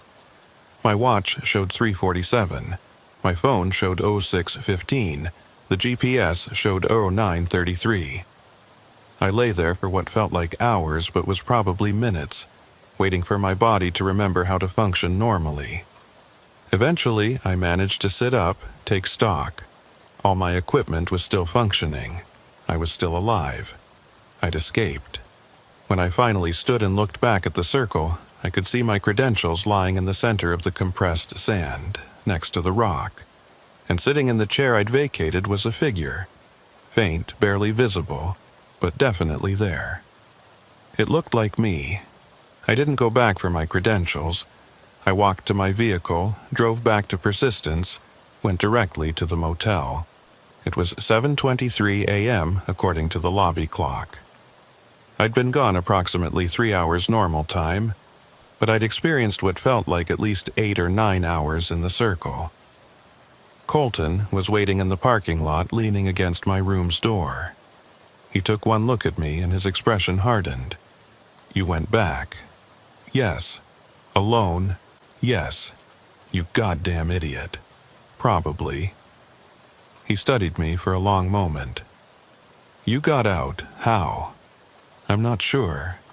Force of will? Wrong chair? Dumb luck? Maybe all 3. Where's your credentials?" "Still there, in the circle. Evidence." "Evidence of what?" "That I was there, that this happened, that whatever that place is, it's real and dangerous and needs to be documented." Colton shook his head. "Agent Briggs, the Bureau is going to close this case. They're going to call it unsolvable, file it away and move on. Your credentials being in that circle won't change anything." "Maybe, but at least there will be proof." He didn't argue. We stood there in the parking lot as the sun climbed higher, burning away the coolness of night, preparing for another day of punishing heat. "I'm putting in for a transfer," Colton said finally. "Somewhere far from here, somewhere flat and boring where time works normally. Can't say I blame you. What about you?" I'm going to file my report, include everything. Let the Bureau decide what to do with it. They won't believe you. I know. They'll probably recommend psychological evaluation. Probably. Was it worth it? Risking your career, your credibility, your life? I thought about the 5 figures sitting in their circle, waiting patiently for the hours to align. Thought about my own figure sitting in that chair, trapped or free or something in between. Thought about the voice still speaking its endless message to an empty desert. Ask me again in a year, I said. I spent the rest of that day writing my report. Every detail, every observation, every impossible thing I'd witnessed. I attached photographs, Jeep logs, witness statements. I documented the time discrepancies, the temporal displacement, the figures in the circle. I filed it at midnight and immediately received an automated response requesting a psychological evaluation before proceeding with the investigation. I declined the evaluation and requested reassignment. 3 days later, I was transferred to the White-Collar Crime Division in Sacramento. Clean, simple, comprehensible cases involving fraud and embezzlement. Nothing that required questioning the nature of time or reality. The official file on the persistence disappearances was closed 6 weeks later. Status: insufficient evidence to proceed. Recommendation: case suspended pending new leads. No new leads ever came. 17 months later, I received a package at my Sacramento office. No return address, postmarked from Persistence, Arizona. Inside was my FBI credentials wallet, the one I'd left in the circle, along with a handwritten note on Sheriff's Department letterhead. Agent Briggs, found this at the location you investigated last year. Thought you'd want it back. The circle is empty now. All 7 depressions are gone. The rock is still there, but there's nothing unusual about it anymore. Whatever was happening, it seems to have stopped, or finished, or moved on. I don't know which. Deputy Marshal C. I opened the credentials wallet. Everything was intact. My ID card, my badge, my business cards. But there was something else tucked in behind the ID card. A small piece of paper, folded once, with writing I didn't recognize. I unfolded it. The distance between intention and destination is measured in hours that do not belong to clocks. You understand this now. The others crossed. You didn't. You're still waiting. You just don't know it yet. Check your watch. I looked at my watch. It showed 3:47 a.m. But it was 2:15 p.m. on a Tuesday afternoon in Sacramento, bright sunlight coming through my office window. People walking past in the hallway outside. I tapped the watch face. The second hand was frozen, stuck between the 9 and the 10, not moving. I checked my computer clock. 2:15 p.m. Checked my phone. 2:15 p.m. Checked the wall clock. 2:15 p.m. Only my watch disagreed. Only my watch remained trapped at 3:47 a.m. I pulled out my phone, searched for the Sheriff's Department in Persistence. Found a number, called it. After 4 rings, it went to voicemail. Deputy Marshal Colton's voice, professional and impersonal. You've reached the Persistence Sheriff's substation. We're unable to take your call. Please leave a message and we'll return your call as soon as possible. I left a message. Asked about the package, asked about the circle, asked if anything else unusual had been observed at that location. Gave my number. No one called back. I tried again the next day. Same voicemail. Left another message. Still no response. On the 3rd day, I called the county sheriff's main office in Phoenix, asked to be transferred to the Persistence substation. The operator was quiet for a moment, then said, "Sir, the Persistence substation was closed 4 months ago. There's no one stationed there anymore." "Closed? Why?" Population decrease. The town's essentially abandoned now. Last census showed fewer than 50 residents. Not enough to justify maintaining a sheriff's presence. What about Deputy Marshal Colton? Where was he transferred? One moment, please. Computer keys clicking. I don't show any record of a Deputy Marshal Colton in our system. Are you sure that's the right name? Positive. He was the deputy in Persistence when I investigated a missing persons case there last year. Sir, according to our records, there hasn't been a deputy assigned to Persistence in 3 years. The last one was Deputy Marshal Briggs, who retired and I hung up. Briggs. My name. There'd been a deputy with my name stationed in Persistence before I arrived. That wasn't possible. I was the only Nathan Briggs in the Bureau. I'd checked when I first joined because I was curious if there were others. I pulled up the FBI personnel database, searched for my own name. One result: Special Agent Nathan Briggs, currently assigned to White Collar Crime, Sacramento office. I searched for Deputy Marshal Colton. No results. I searched for Deputy Marshal Briggs. No results. I searched for Persistence, Arizona Missing Persons Investigations. The file I'd worked came up, along with 2 others. One from 1987, 4 missing persons, case closed unsolved. One from 1954, 3 missing persons, case closed unsolved. I opened the 1954 file. The investigating officer was listed as FBI Special Agent Nathan Briggs. My hands were shaking. That wasn't possible. I was born in 1978. I couldn't have investigated a case in 1954. But there was my name, clear as day, in official FBI documentation. Same name, same title, investigating missing persons in Persistence, Arizona, 70 years before I'd arrived there. I opened the scanned documents. Found a photo of the investigating agent standing next to a sheriff's deputy. The photo was grainy, black and white, low resolution. But the agent's face was familiar. It was me, or someone who looked exactly like me. Same height, same build, same facial features. Wearing a suit that was accurate for the 1950s, standing next to a vehicle that was accurate for the 1950s, but unmistakably me. I closed the file. Opened the 1987 file. Investigating Officer, Deputy Marshal Nathan Briggs. Another photo. Color this time, better resolution. A deputy standing in front of the Persistence substation. It was me, 37 years before I'd first arrived in Persistence. I checked my watch. Still frozen at 3:47 a.m. That night, I couldn't sleep. I lay in bed in my apartment, staring at the ceiling, trying to make sense of what I'd discovered. 3 investigations separated by decades. 3 different officers with my name and face, all investigating disappearances in Persistence, Arizona. All connected to the same location, the same circle in the desert, the same impossible phenomena.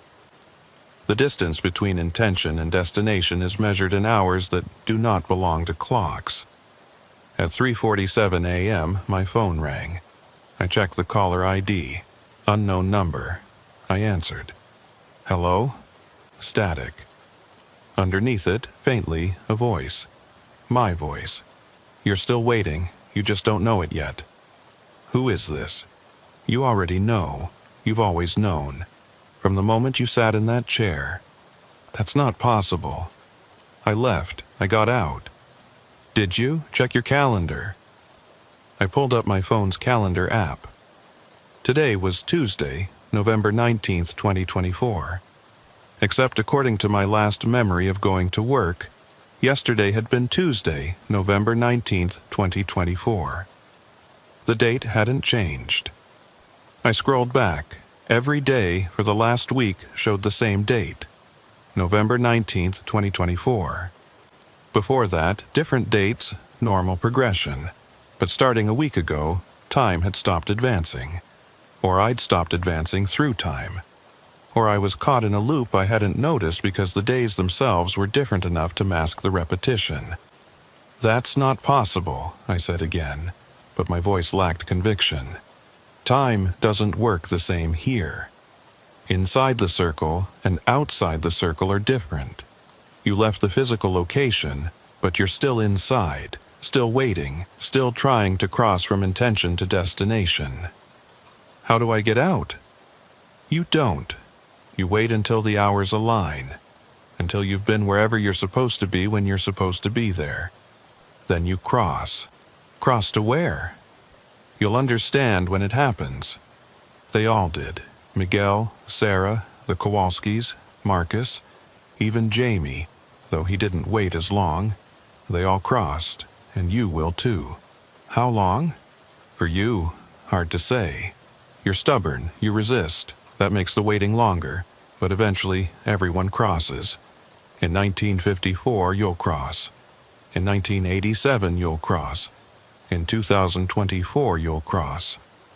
Different iterations of the same wait, the same circle, the same inevitable destination. The call disconnected. I sat there in the darkness, phone in hand, my watch showing 3:47 a.m., trying to determine if I was still in my Sacramento apartment or if I'd never left the desert at all. Over the following weeks, or what I experienced as weeks, though the calendar insisted it was still November 19th, I tried everything. I went to the doctor to confirm I was physically present and intact. I called friends and family to verify they could see and interact with me. I went to work, completed cases, attended meetings. Everything seemed normal, except my watch never advanced past 3:47 a.m., and the calendar never moved past November 19th. And occasionally I'd catch a reflection in a window or mirror and see not my current face but an older version or a younger version, and I couldn't tell which was real. I tried returning to persistence, drove there on what I thought was a Saturday, arrived to find the town almost completely abandoned. The motel was closed, windows boarded. The sheriff's substation was locked, a foreclosure notice on the door. The general store was empty, shelves bare. The only sign of life was a single pickup truck parked outside the gas station. But when I approached, the station was closed and the truck was covered in dust like it hadn't been driven in months. I walked to the spot where Colton and I had first met, where he'd told me about the tape. Stood there for an hour, waiting for something to happen. Nothing did, just desert and sun and silence. I drove out to the location of the circle. It took 3 tries to find it because my GPS kept leading me to different coordinates, never quite the right ones. When I finally found the correct spot, the circle was gone. Just normal desert, no compressed sand, no basalt rock, no depressions where chairs had been. But when I stood there, in the place where the circle had been, I could feel something, a coldness that had nothing to do with temperature, a sense of patient waiting, of hours accumulating in ways that didn't belong to clocks. I sat down in the sand where I thought my chair had been, closed my eyes, listened. Faint, distant, barely audible, I could hear it. That voice, still speaking its endless message. The distance between intention and destination is measured in hours that do not belong to clocks. I opened my eyes. The desert was empty, but I knew somewhere, somewhen, the circle was still there. The chairs were still there. The 5 figures were still waiting.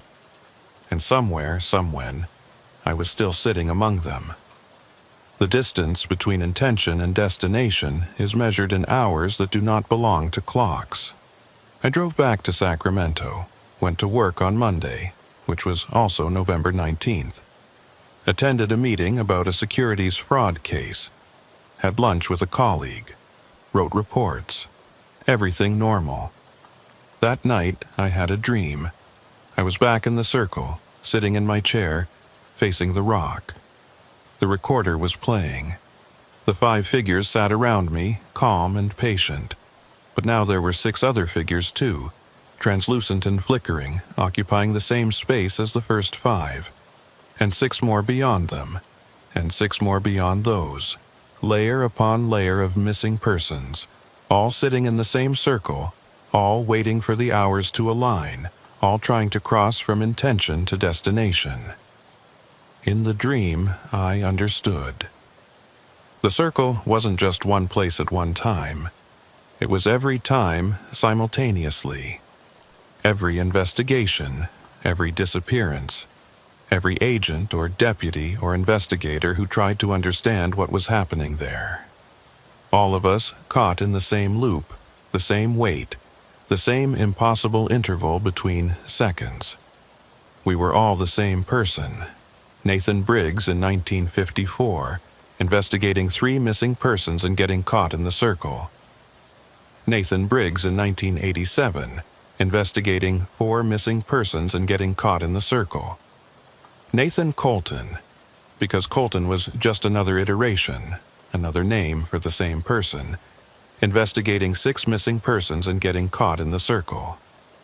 All of us trying to solve the same case, all of us becoming part of the case, all of us waiting for the same crossing that might never come.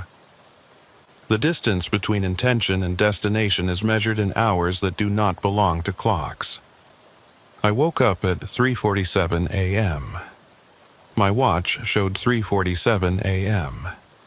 My phone showed November 19th, 2024. Outside my apartment window, Sacramento looked normal. Cars passing, streetlights glowing. The ordinary world proceeding as ordinary worlds do. I checked my work email. 3 messages from my supervisor about the securities fraud case. All time-stamped November 19th. 47 messages from automated systems, all time-stamped November 19th. 1 message from an unknown sender, no timestamp at all.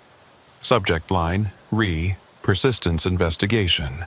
No message body, just an attachment. Audio file, 0:43 seconds long. I downloaded it, pressed play. The distance between intention and destination is measured in hours that do not belong to clocks. My voice, speaking words I'd never said, in a recording I'd never made, sent from an address that didn't exist. I deleted the email, deleted the audio file, shut down my computer. It didn't matter. At 3:47 a.m. every night, my phone would ring. Unknown number. Static, and underneath it my voice speaking that same sentence. Every morning I'd wake up on November 19th. Every day I'd go to work, live my life, pretend everything was normal. But my watch never advanced. The calendar never changed. And in the desert, 3 miles northeast of a town that was slowly being reclaimed by sand, a circle waited. Sometimes on my drive home from work, always Tuesday, always November 19th, I'd take a detour. Head east instead of north. Follow highways that led toward Arizona. I never made it far. Something always called me back. A phone call from work, an urgent email, a sudden flat tire. The universe conspiring to keep me in Sacramento, keep me in November 19th, keep me waiting. Because that's what I was doing, waiting. The same way Miguel and Sarah and the Kowalskis and Marcus had waited. The same way Jamie had waited, though not long enough. The same way I'd waited in 1954 and in 1987 and would wait again in whatever iteration came next. The distance between intention and destination is measured in hours that do not belong to clocks. I finally understood what that meant. It meant I'd had an intention when I drove to that circle. To solve the case, to understand what was happening, to document the impossible. And I had a destination, wherever I was supposed to be when the case was finally solved, when all the hours aligned, when intention and destination finally matched. But the space between those 2 points wasn't measured in normal time. It was measured in hours that existed outside the flow of clocks and calendars, hours that accumulated in ways that defied linear progression. I could spend subjective years in that space, and only seconds would pass in the normal world. Or I could spend seconds in that space and have years pass outside it. The tape was still recording. Not just the physical recorder I'd left in the desert, but some other recorder, some cosmic documentation of everyone who'd ever sat in that circle. It had been recording for decades, or centuries, or maybe since time itself began, and it would keep recording long after I crossed, or didn't cross, or gave up waiting. 3 months after receiving the package, or 3 repetitions of November 19th, I'd lost the ability to tell the difference. I stopped trying to resist. Stopped pretending I could escape. Stopped filing reports and making calls and investigating leads that went nowhere. Instead, I did my work during the day, clean and professional and unremarkable. And at night, at 3:47 a.m., when my phone rang with that unknown number, I'd answer. "I'm still here," I'd say. "I know," my voice would respond. "We all are." How much longer? Until the hours align. Until your iteration completes its wait. Until someone else sits in that chair and starts their own wait. And then you cross. From intention to destination. From inside to outside. From hours that don't belong to clocks to whatever comes after. What comes after? Static. Just static. The question had no answer, or the answer existed in a space I couldn't access yet. I stopped asking. Now I just wait. I go to work on Tuesday, November 19th, 2024. I come home on Tuesday, November 19th, 2024. I sleep and wake on Tuesday, November 19th, 2024. My watch shows 3:47 a.m. My phone rings with unknown numbers. In the desert, 3 miles northeast of Persistence, Arizona, a circle that isn't there waits patiently for its next visitor. Sometimes I think about the others. Miguel and Sarah and the Kowalskis and Marcus and Jamie. I wonder if they completed their crossings. I wonder if they found whatever destination matched their intentions. I wonder if they remember the circle, or if the crossing erased those memories, leaving them in some other place with some other life, unaware they'd ever been lost. I wonder if I'll remember when my turn comes. I wonder if my turn will ever come. I wonder if I'm still sitting in that chair, in that circle, experiencing Sacramento and November 19th, and this entire life as a hallucination generated during the seconds between sitting down and crossing over. I wonder if there's any difference between being trapped in the circle and being trapped in the memory of the circle. The distance between intention and destination is measured in hours that do not belong to clocks. Last night, or this morning, or one of the infinite iterations of 3:47 a.m. on November 19th, 2024, I drove to the office, filed my final report on the Persistence disappearances, detailed every impossibility, every time distortion, every unexplainable element, attached every piece of evidence I'd collected. Then I marked the case status as closed, agent reassigned. Because that's what happened. I was reassigned, from normal time to abnormal time, from hours that belong to clocks to hours that don't, from investigating the circle to being part of it. The report will sit in the FBI database forever, or until the database is deleted, or until someone else investigates disappearances in Persistence and finds my name attached to files from 1954 and 1907 and 2024 and wonders how that's possible. Maybe they'll go to the circle. Maybe they'll sit in the chair. Maybe they'll wait for the hours to align. Maybe we'll wait together, separated by decades but occupying the same impossible interval, all of us trying to cross from intention to destination. or maybe I'll cross before then. Maybe tomorrow, or the next November 19th, or the 10,000th November 19th, I'll wake up at 3:47 a.m. and my watch will finally advance. The calendar will change. The phone won't ring. And I'll know the wait is over. Until then, I do my work. I live my life. I answer my phone at 3:47 a.m. and listen to my own voice tell me I'm still waiting. The distance between intention and destination is measured in hours that do not belong to clocks. I understand that now. I understand it perfectly. And every night, when my phone rings at 3:47 a.m., I answer. I'm still here. I know. We all are.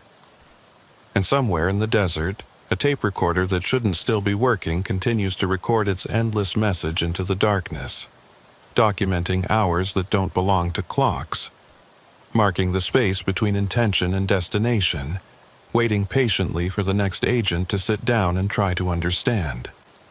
The recording never stops. The circle never closes. The wait never ends.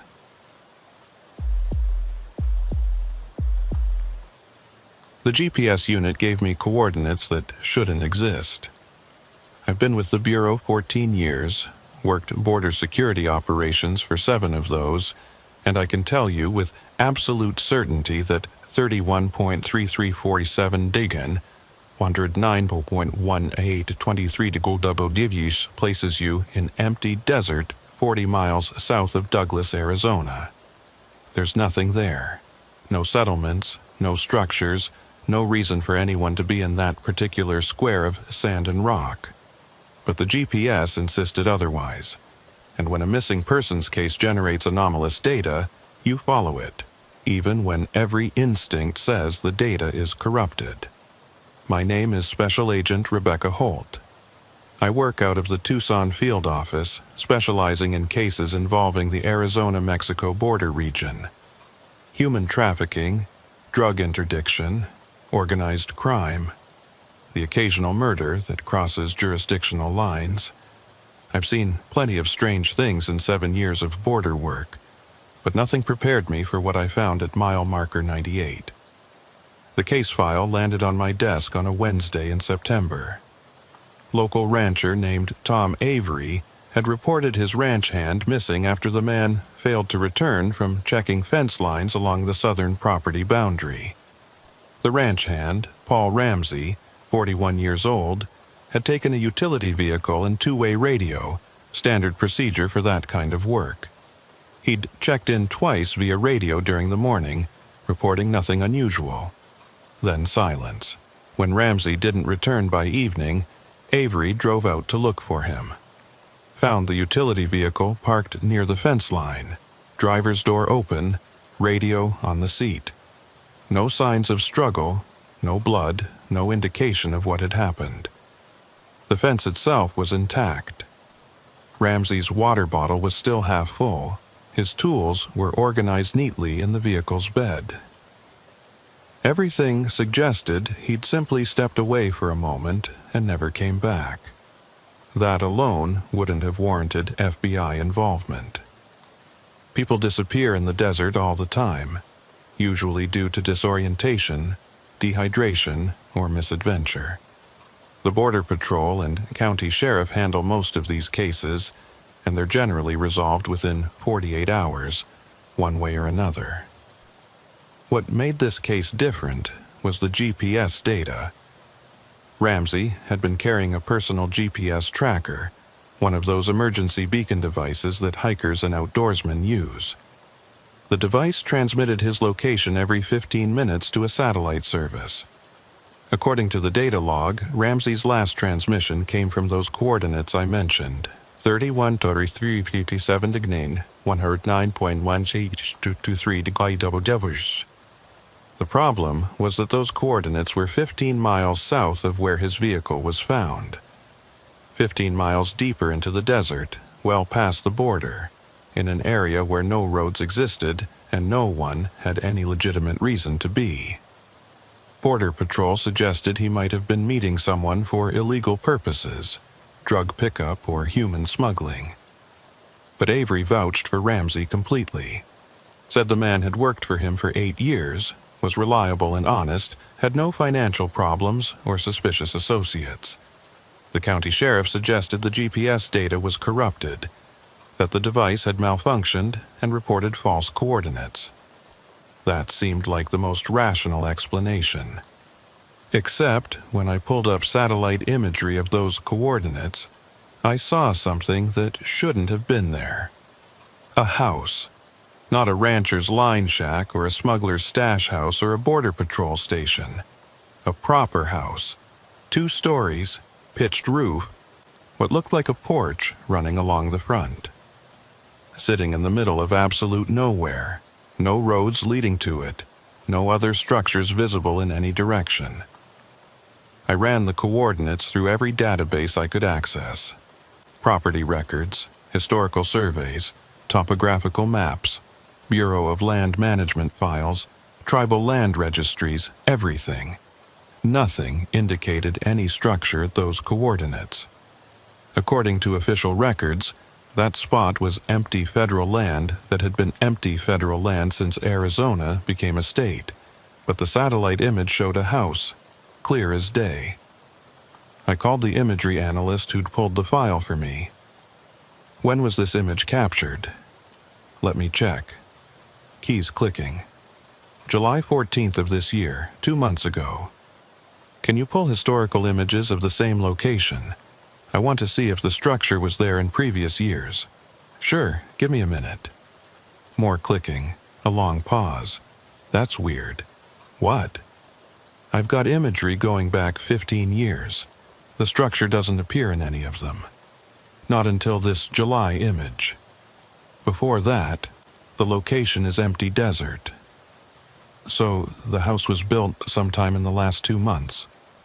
Maybe. But Agent Holt, I'm looking at the ground around the structure. There's no construction debris, no vehicle tracks, no evidence of recent building activity. It's like the house just appeared fully formed. I stared at the image on my screen. The house looked old, actually. The roof had that particular weathering pattern you see on structures that have been exposed to sun and wind for years. The porch sagged slightly on one side. There was what looked like peeling paint on the siding. Can you get me a higher resolution image? This is the highest resolution available for civilian satellites. If you need better, you'd have to request military reconnaissance data, and that requires clearance I don't have. Understood. Send me what you've got. I printed the image, added it to the case file, and spent the rest of the day trying to make sense of it. A ranch hand disappears.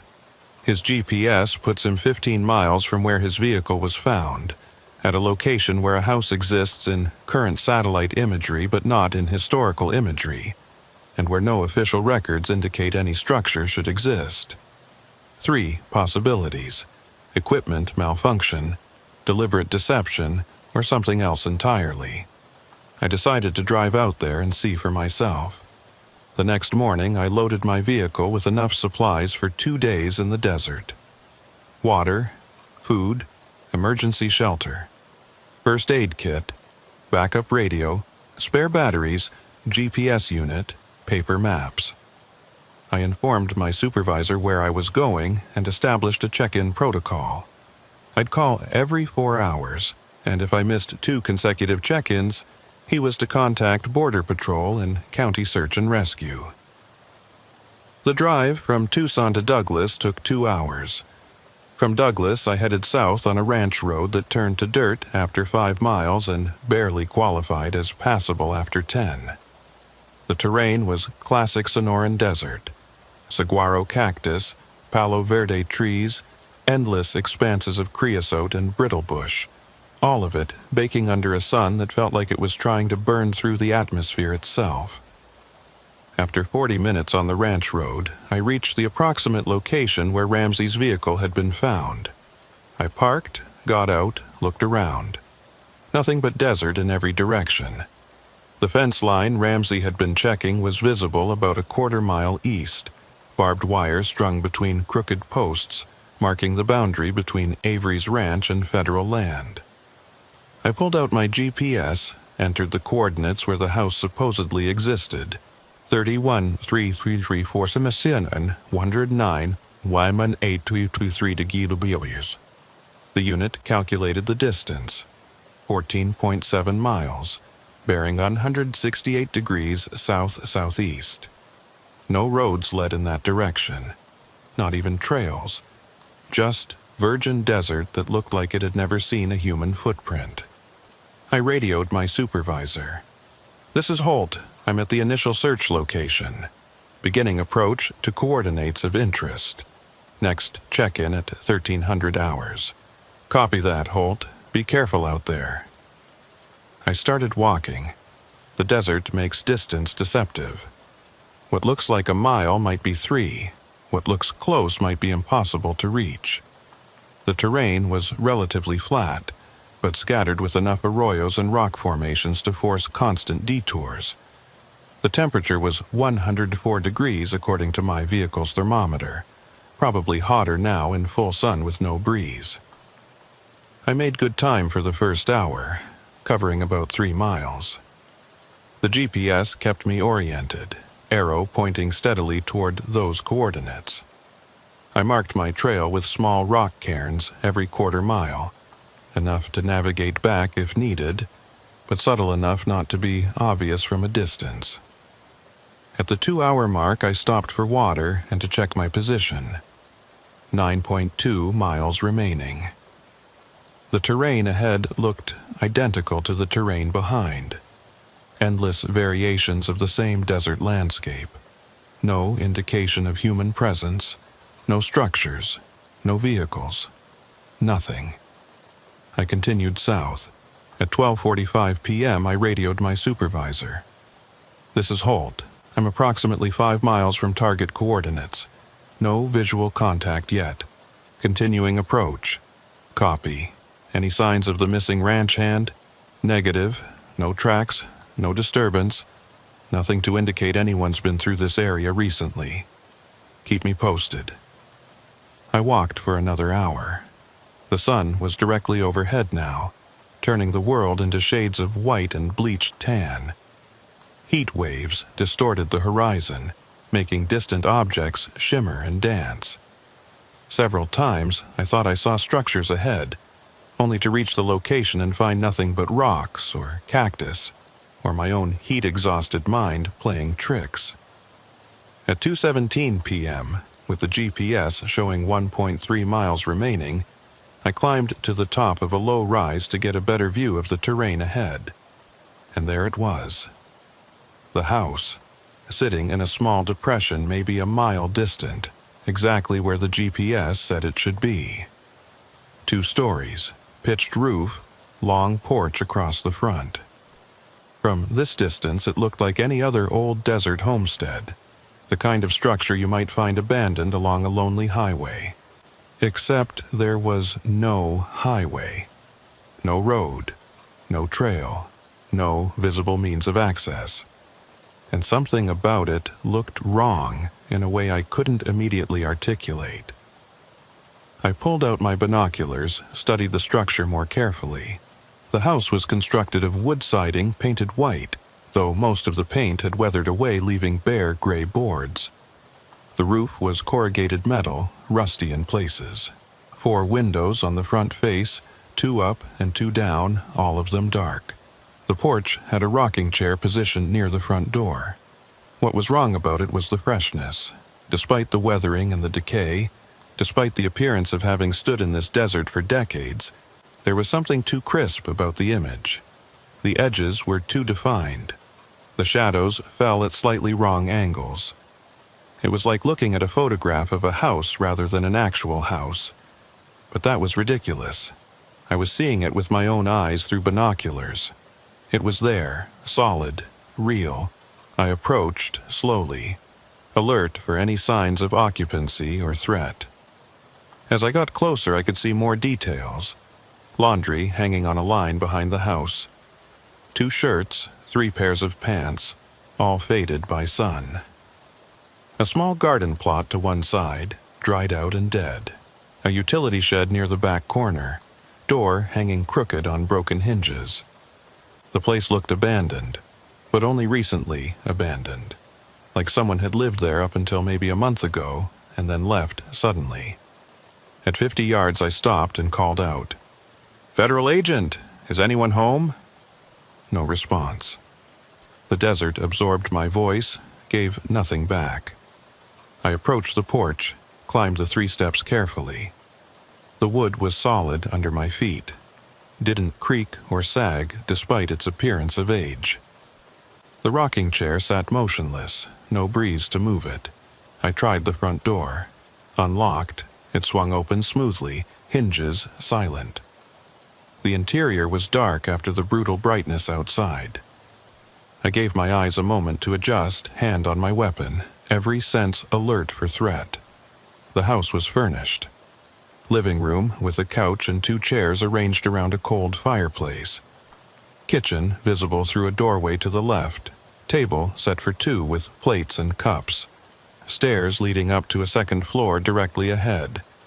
Everything covered in a thin layer of dust, but not thick dust, not years of accumulation, more like a week or 2 of settling. I checked each room systematically, clearing the space like I'd been trained. Living room empty.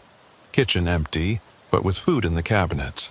Canned goods, dry pasta, basic staples. Refrigerator unplugged and empty. Bathroom with basic fixtures, all functional, water in the toilet bowl. 2 bedrooms upstairs, both with beds made, both looking like someone had slept in them recently. No signs of struggle, no blood, no indication of violence or rapid departure. Just an occupied house that had been quietly abandoned. In the main bedroom, I found a calendar hanging on the wall. It showed the current year but was turned to March, 6 months out of date. Several dates had been circled in red pen. March 3rd, March 17th, March 29th. No notation explaining what those dates signified. I took photographs of everything. The exterior, each room, the calendar, the table settings, the laundry on the line. Documented the coordinates with my GPS. Collected samples of dust and dirt for later analysis. Then I started searching for anything that might explain who had lived here and where they'd gone. In a drawer in the kitchen, I found paperwork. Bills for utilities, electricity, water, phone. All addressed to occupant mile 98, Douglas, AZ. No street address, just mile 98. The bills were current, paid through the end of last month. That was impossible. There were no utility lines out here, no power poles, no water pipes, no phone lines. I'd walked 15 miles through virgin desert to reach this place. There was no infrastructure to support a residence. But the bills showed account numbers, payment history, consumption data. The electricity bill indicated average usage consistent with a 2-person household. The water bill showed normal residential consumption. The phone bill listed dozens of calls made and received over the past 6 months. I pulled out my cell phone to take photos of the bills. No signal, as expected this far from any tower. But when I looked at the screen, the phone showed 5 bars of perfect coverage. That wasn't possible, but there it was. Full signal strength. I tried calling my supervisor. The phone connected immediately, rang twice, went to voicemail. I left a message. "This is Holt. I've located the structure at the coordinates. It's a 2-story residence, appears abandoned but recently occupied. I'm inside conducting a search. We'll call back with more details in 20 minutes. I hung up, checked the call log. The call had lasted 32 seconds. The timestamp showed 3:47 p.m. I looked at my watch. It showed 2:51 p.m. I checked my GPS unit. It showed 2:51 p.m. I checked the wall clock in the kitchen. It showed 3:47 p.m., second hand ticking steadily. 3 different time sources, 3 different times. I felt something cold settle in my stomach. The same feeling you get when you realize something fundamental about your situation is wrong and you can't immediately identify what it is. I went back outside, stood on the porch, looked around. The desert stretched empty in every direction. The sun was at the position it should be for 2:51 p.m., not 3:47 p.m. But when I looked at the shadows cast by the house, they corresponded to a sun position at 3:47 p.m. I pulled out my phone again, called my supervisor. No answer. Tried again. No answer. Checked the signal strength, still showing 5 bars. I walked around the house looking for utility connections. Found nothing. No power lines, no water lines, no phone lines. The house just sat there in the desert, fully functional and completely impossible. Behind the house I found tire tracks.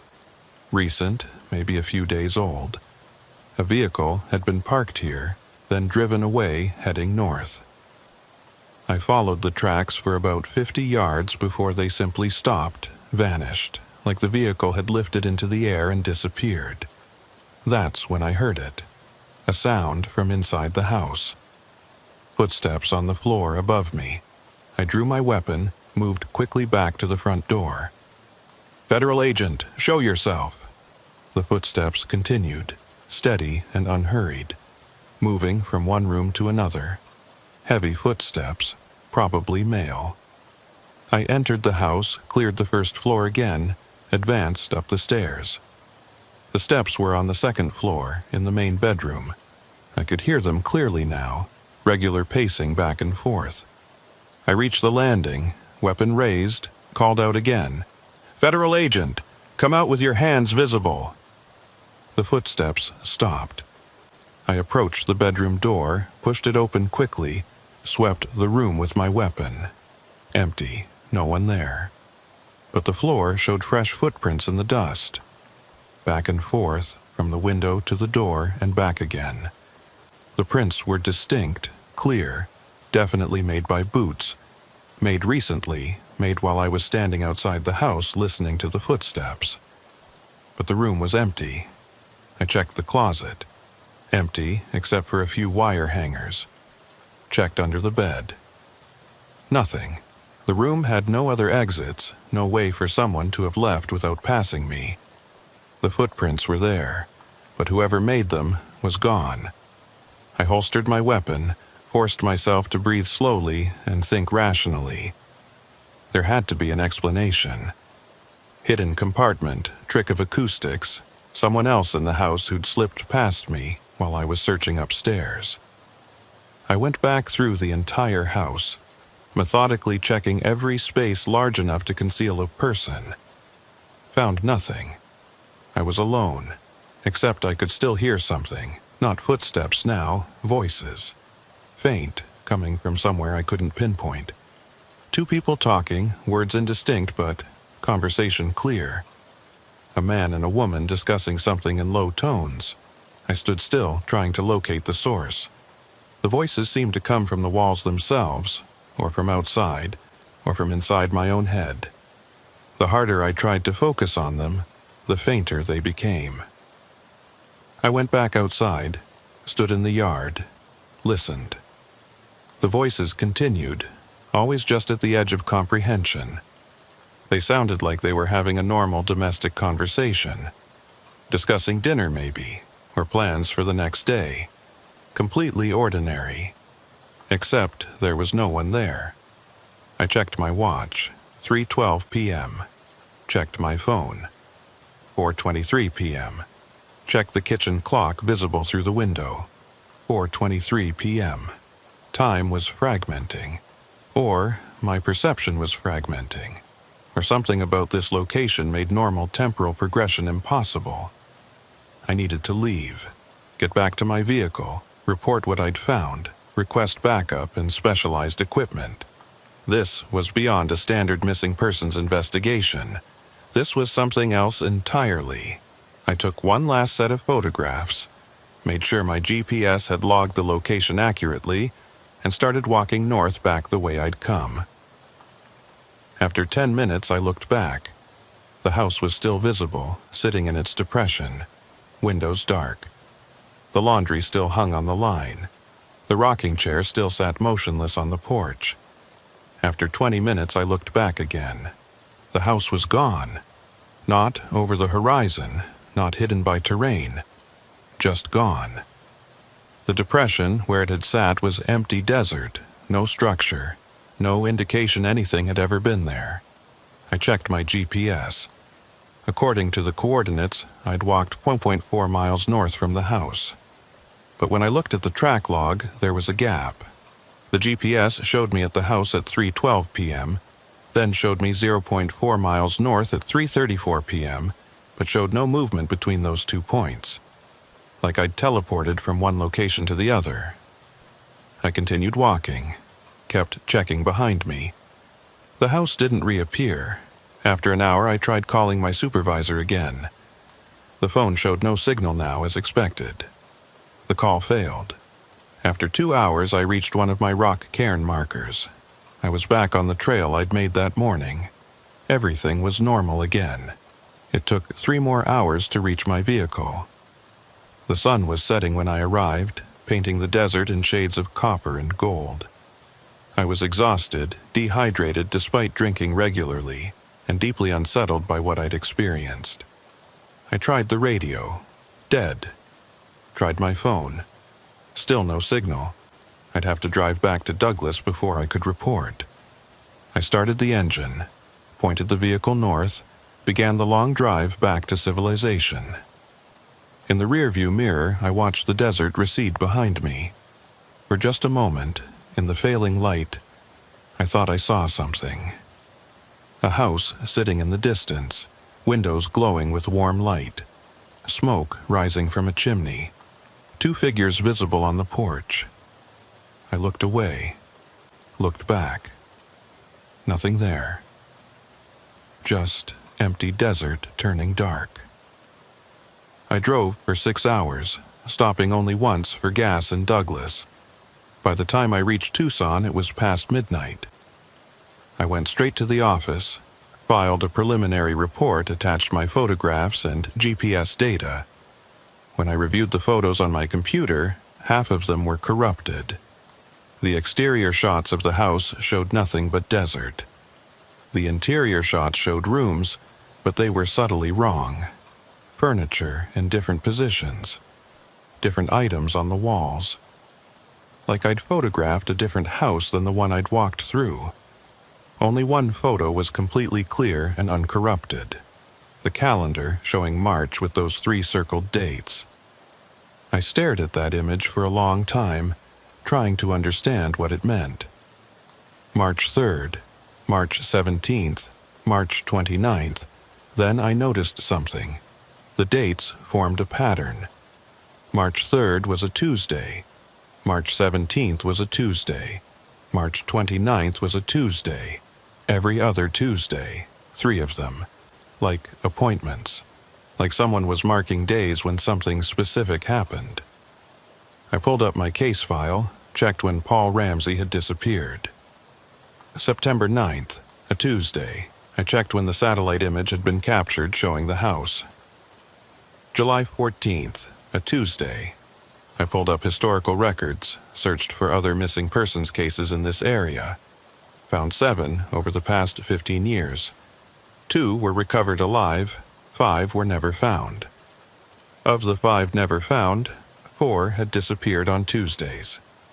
I sat back in my chair, stared at my computer screen, felt that cold feeling in my stomach intensify. The house appeared on Tuesdays, or became accessible on Tuesdays, or pulled people to it on Tuesdays. Paul Ramsey had disappeared on a Tuesday.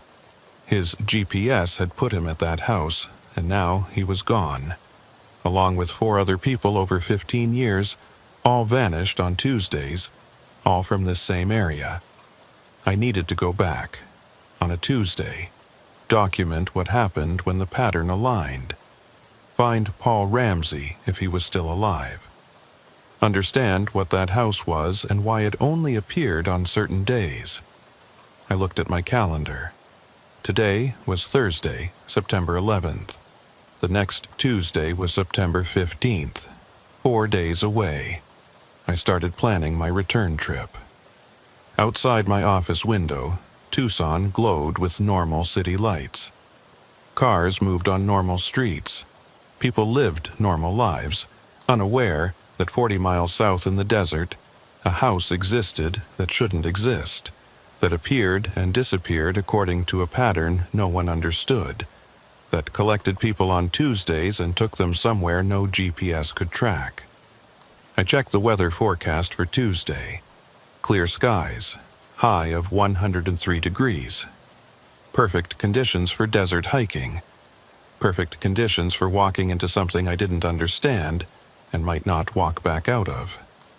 But Paul Ramsey deserved an investigation. The other 4 missing persons deserved resolution. And if that house was claiming people every other Tuesday, someone needed to figure out how to stop it. I printed out all my notes, organized the case file, wrote detailed instructions for my supervisor in case I didn't return. Then I went home, set my alarm for early Tuesday morning, and tried to sleep. I didn't sleep much. Every time I closed my eyes, I saw that house. Windows dark, rocking chair motionless, footprints in dust made by someone who wasn't there. And voices. Always those voices, just at the edge of comprehension, discussing something that seemed important but that I could never quite hear clearly enough to understand. 4 days until Tuesday. 4 days until I would walk back into that desert and find out what happened to people who entered the house at mile 98. 4 days to decide if I was brave or just stupid. I decided it didn't matter. The job required both sometimes. And this job, this case, this impossible house that existed only on Tuesdays, required everything I had. So I would go back. And whatever I found there, I would document it, understand it, stop it if possible. Or I would become the 6th person to disappear on a Tuesday. Another name added to a file that would eventually be closed and forgotten. Either way, I would know the truth about mile 98. I drove out before dawn on September 15th. My supervisor had tried to talk me out of going back alone, suggested I take a partner or request Border Patrol support. I declined. If the house only appeared to certain people at certain times, bringing others might interfere with whatever mechanism controlled its manifestation. I needed to approach it the same way I had before. Alone, on foot, following the same route. The only difference was this time I knew what I was walking toward. I parked at the same location where Paul Ramsey's vehicle had been found. The sun was just breaking the horizon, painting the eastern sky in shades of pink and orange. The temperature was already climbing toward what would be another brutally hot day. I checked my equipment one final time. 2 GPS units for redundancy, backup radio, 3 cameras, standard digital, video, and thermal imaging, 4 liters of water, emergency beacon, first aid kit, and my service weapon, though I doubted a gun would be useful against whatever I was about to encounter. I also carried a notebook and pen, old school backup in case all my electronics failed.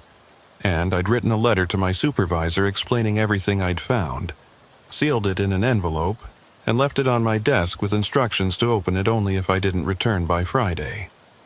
At 6:47 a.m., I radioed my check-in. "This is Holt, beginning approach to target location. Next check-in at 1000 hours. "Copy that, Holt. Please reconsider taking backup." "Negative. This approach needs to be identical to the first one. We'll maintain check-in schedule." "Understood. Be safe out there." I started walking south. The morning desert was beautiful in the way harsh places can be beautiful when you see them in favorable light. The low sun turned every rock and plant into something sculptural. A family of javelinas crossed my path, moving with that peculiar sideways gait, grunting softly to each other. A red-tailed hawk circled overhead, hunting for breakfast. Under different circumstances, I might have enjoyed the hike, but every step took me closer to that house, and I couldn't shake the feeling I was walking into something that didn't want to be found but couldn't help being found, like a trap that had to spring whenever the right conditions aligned. At 10 o'clock a.m., I checked in as scheduled. This is Holt, 6.2 miles from target coordinates, no visual contact yet. Continuing approach. Copy. Any anomalies? Negative. Everything normal so far. That was true. The desert looked exactly as it had on Thursday. Same terrain, same vegetation, same brutal sun. No indication that anything unusual was about to happen. But I could feel it. That particular tension in the air that precedes thunderstorms, except there were no clouds and the barometric pressure was stable. Something was building towards some kind of release. At 11:34 a.m., with 2.1 miles remaining according to my GPS, I crested a rise and saw it again. The house. This time it looked different. The windows glowed with interior light despite the bright midday sun. Smoke rose from the chimney, thin and white. The laundry on the line was different. Different clothes, different colors. And there were two vehicles parked near the house. A pickup truck and a sedan, both looking new, both out of place in this empty desert. I stopped, pulled out my binoculars, studied the scene carefully. The front door was open. I could see movement inside, shadows crossing behind windows. Someone was home, or something was creating the appearance of someone being home. I descended the rise, approached cautiously, weapon accessible but not drawn. At 200 yards, I called out, "Federal agent, I need to speak with whoever's inside the house." No response. The shadows continued moving behind the windows. The smoke continued rising from the chimney. At 100 yards, I called out again, "This is the FBI. I need you to come outside with your hands visible." Still no response. I reached the vehicles, checked them carefully. The pickup was a Ford F-150, maybe 2 years old, covered in a light layer of dust but otherwise clean. The sedan was a Honda Accord, similar vintage, equally clean. Both had Arizona plates. I ran the numbers through my phone, which again showed full signal strength in the middle of nowhere, and got hits. The pickup was registered to Paul Ramsey, the missing ranch hand. The sedan was registered to Jennifer Collar, one of the 4 unsolved disappearances from my historical search. She'd vanished 3 years ago, also on a Tuesday, also from this general area. I looked at the house. The shadows were still moving inside. 2 people, maybe more, going about what looked like normal domestic activities. I climbed the porch steps, stood at the open door, called inside. "Federal agent, I'm coming in." I entered, weapon drawn now, clearing each space systematically like I had on Thursday. The house was identical to what I'd found before, except now it was fully occupied, or had been recently. The kitchen showed evidence of a breakfast eaten this morning. Dirty dishes in the sink, coffee pot still warm to the touch. The living room had magazines on the coffee table dated to this month. The fireplace held fresh ash. But no people. Despite the shadows I'd seen through the windows, despite the signs of recent occupation, the house was empty. I climbed the stairs carefully, checked both bedrooms. One looked like it belonged to a man. Work clothes in the closet, men's toiletries in the adjacent bathroom. The other looked like a woman's room. Different clothes, different items. Both beds were made but showed the impression of having been slept in recently. In the man's room, I found a wallet on the dresser. Paul Ramsey's driver's license inside, along with $43 cash and a photo of an older man I assumed was Tom Avery. In the woman's room, I found a purse, Jennifer Collar's license inside, along with car keys, makeup, and a phone. I tried the phone. Dead battery. I plugged it into a charger in the wall outlet, which shouldn't have worked since there was no power to the house, but the outlet was live, and waited for the phone to boot. While it charged, I continued searching. Found food in the pantry, fresh, not canned. Found clothes in both closets that looked recently worn. Found a calendar in the kitchen showing the current month, with today's date, Tuesday, September 15th, circled in red pen. Just like the March calendar I'd seen on Thursday had shown circled Tuesdays. The phone finished charging. I unlocked it, no password. Apparently Jennifer Collar hadn't been security conscious, and checked recent activity. The last text message was from 3 years ago, dated the day she disappeared. It was to her sister. Going to check out something weird in the desert. Call you tonight. She'd never called. The last call in the log was also from 3 years ago. A 2-minute call to 911 reporting that she was lost and requesting assistance. I pulled up the photos on the phone. The most recent was from 3 years ago, but it showed this house. Jennifer had photographed it from the same angle I had, documenting the structure. In the photo, 2 people stood on the porch, a man and a woman, too distant and blurry to identify. I moved to the window, looked outside at the same angle. The yard was empty. The vehicle sat motionless. The desert stretched silent in all directions. But when I looked at my own phone's camera view, pointed at the same scene, I could see them. 2 figures standing in the yard, Paul Ramsey and Jennifer Collar, or reasonable approximations of them. They were talking to each other, gestures animated, like they were having a serious conversation about something important. I looked up from the camera. The yard was empty. Looked back at the camera. The figures were still there. I put my phone down, rubbed my eyes, looked again. Empty yard. Camera view. 2 figures. I was seeing something through the camera that I couldn't see with my naked eyes.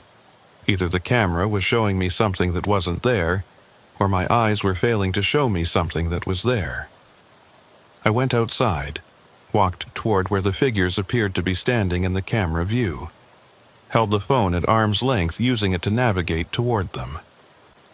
According to the camera, I was walking right through them. They didn't move, didn't react, continued their conversation like I wasn't there. I stopped, turned around. Through the camera, I could see them behind me now, still talking.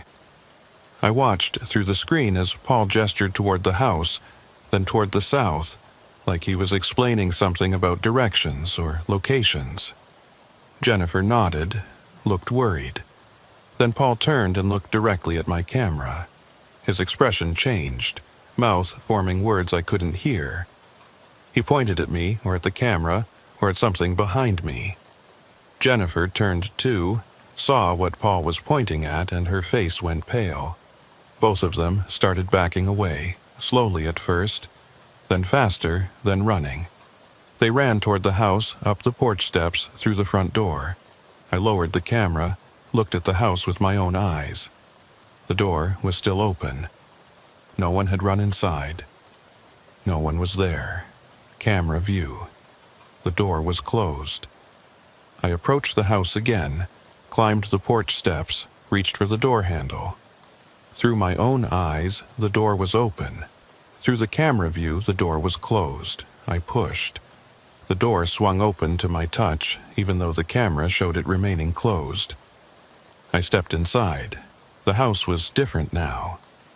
Not in major ways, but in details. The furniture was arranged slightly differently. The photographs on the walls showed different people. The magazines on the coffee table were from different years, and I could hear voices.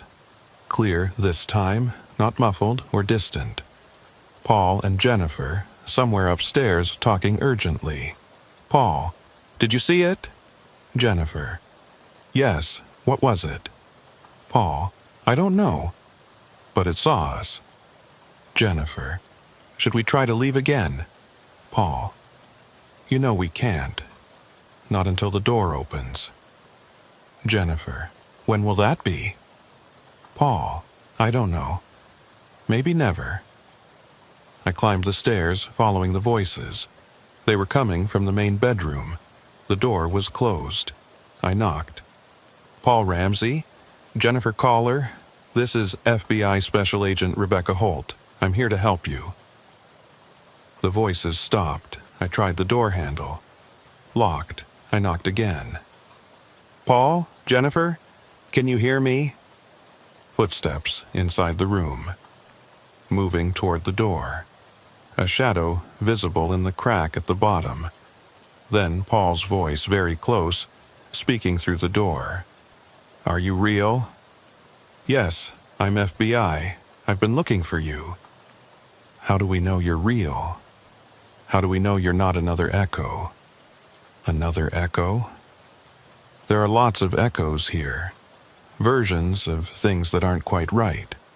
Reflections that don't match. We've learned not to trust what we see. I'm real. I drove out here from Tucson. I'm investigating your disappearance. Your vehicle is outside, Paul. So is yours, Jennifer. Silence for a long moment, then, what day is it? Tuesday, September 15th. What year? I told them. Another long silence. Then Jennifer's voice. That's impossible. We've only been here a week. Paul, you've been missing for 6 days. Jennifer, you've been missing for 3 years. No. Her voice was strained, on the edge of panic. No, that's not possible. I just got here. I saw the house. I came to investigate, and then I couldn't leave. Paul arrived a few days later. We've been trying to find a way out, but the doors don't work right, and the windows won't open, and every time we think we're outside, we're still inside. I can help you, but you need to open the door. We can't. It's locked from your side. It's locked from my side, too. Then we're stuck. We're always stuck. That's what this place does. It puts you in rooms you can't leave, shows you doors that don't open, gives you windows that look out on places that don't exist. I examined the door. Standard interior door, simple lock, nothing sophisticated. I could force it easily enough. I stepped back, kicked hard, just below the handle. The door shuddered but held. Kicked again. The frame cracked. Third kick. The door burst open. The room beyond was empty. Completely empty. No furniture, no people, no signs anyone had been there. Just bare walls and bare floor, and a single window showing the desert outside. Paul? Jennifer? No answer. I checked the closet. Empty. Checked the bathroom. Empty.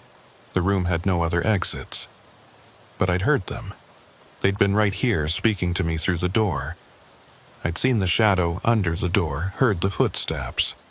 I pulled out my phone, opened the camera, looked at the room through the screen. 2 people sat on a bed that I couldn't see with my naked eyes. Paul Ramsey and Jennifer Caller, looking exhausted and defeated. They were looking directly at me, or at the camera, mouths moving in speech I couldn't hear. I held the phone toward them, spoke loudly. I can see you through the camera. Can you hear me? They didn't react. Kept talking to each other, gestures becoming more agitated. I tried typing on my phone, holding it up for them to read. Can you see this? No reaction.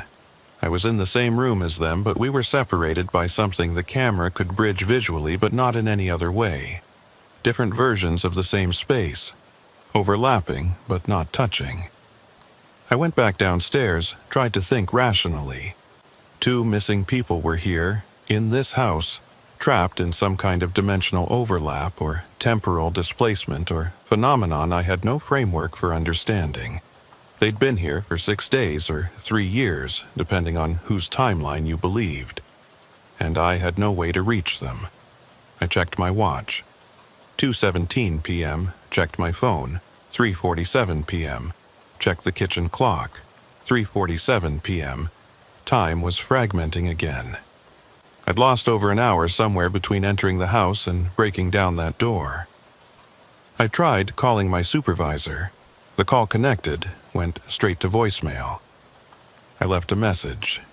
"This is Holt. I found Paul Ramsey and Jennifer Collar.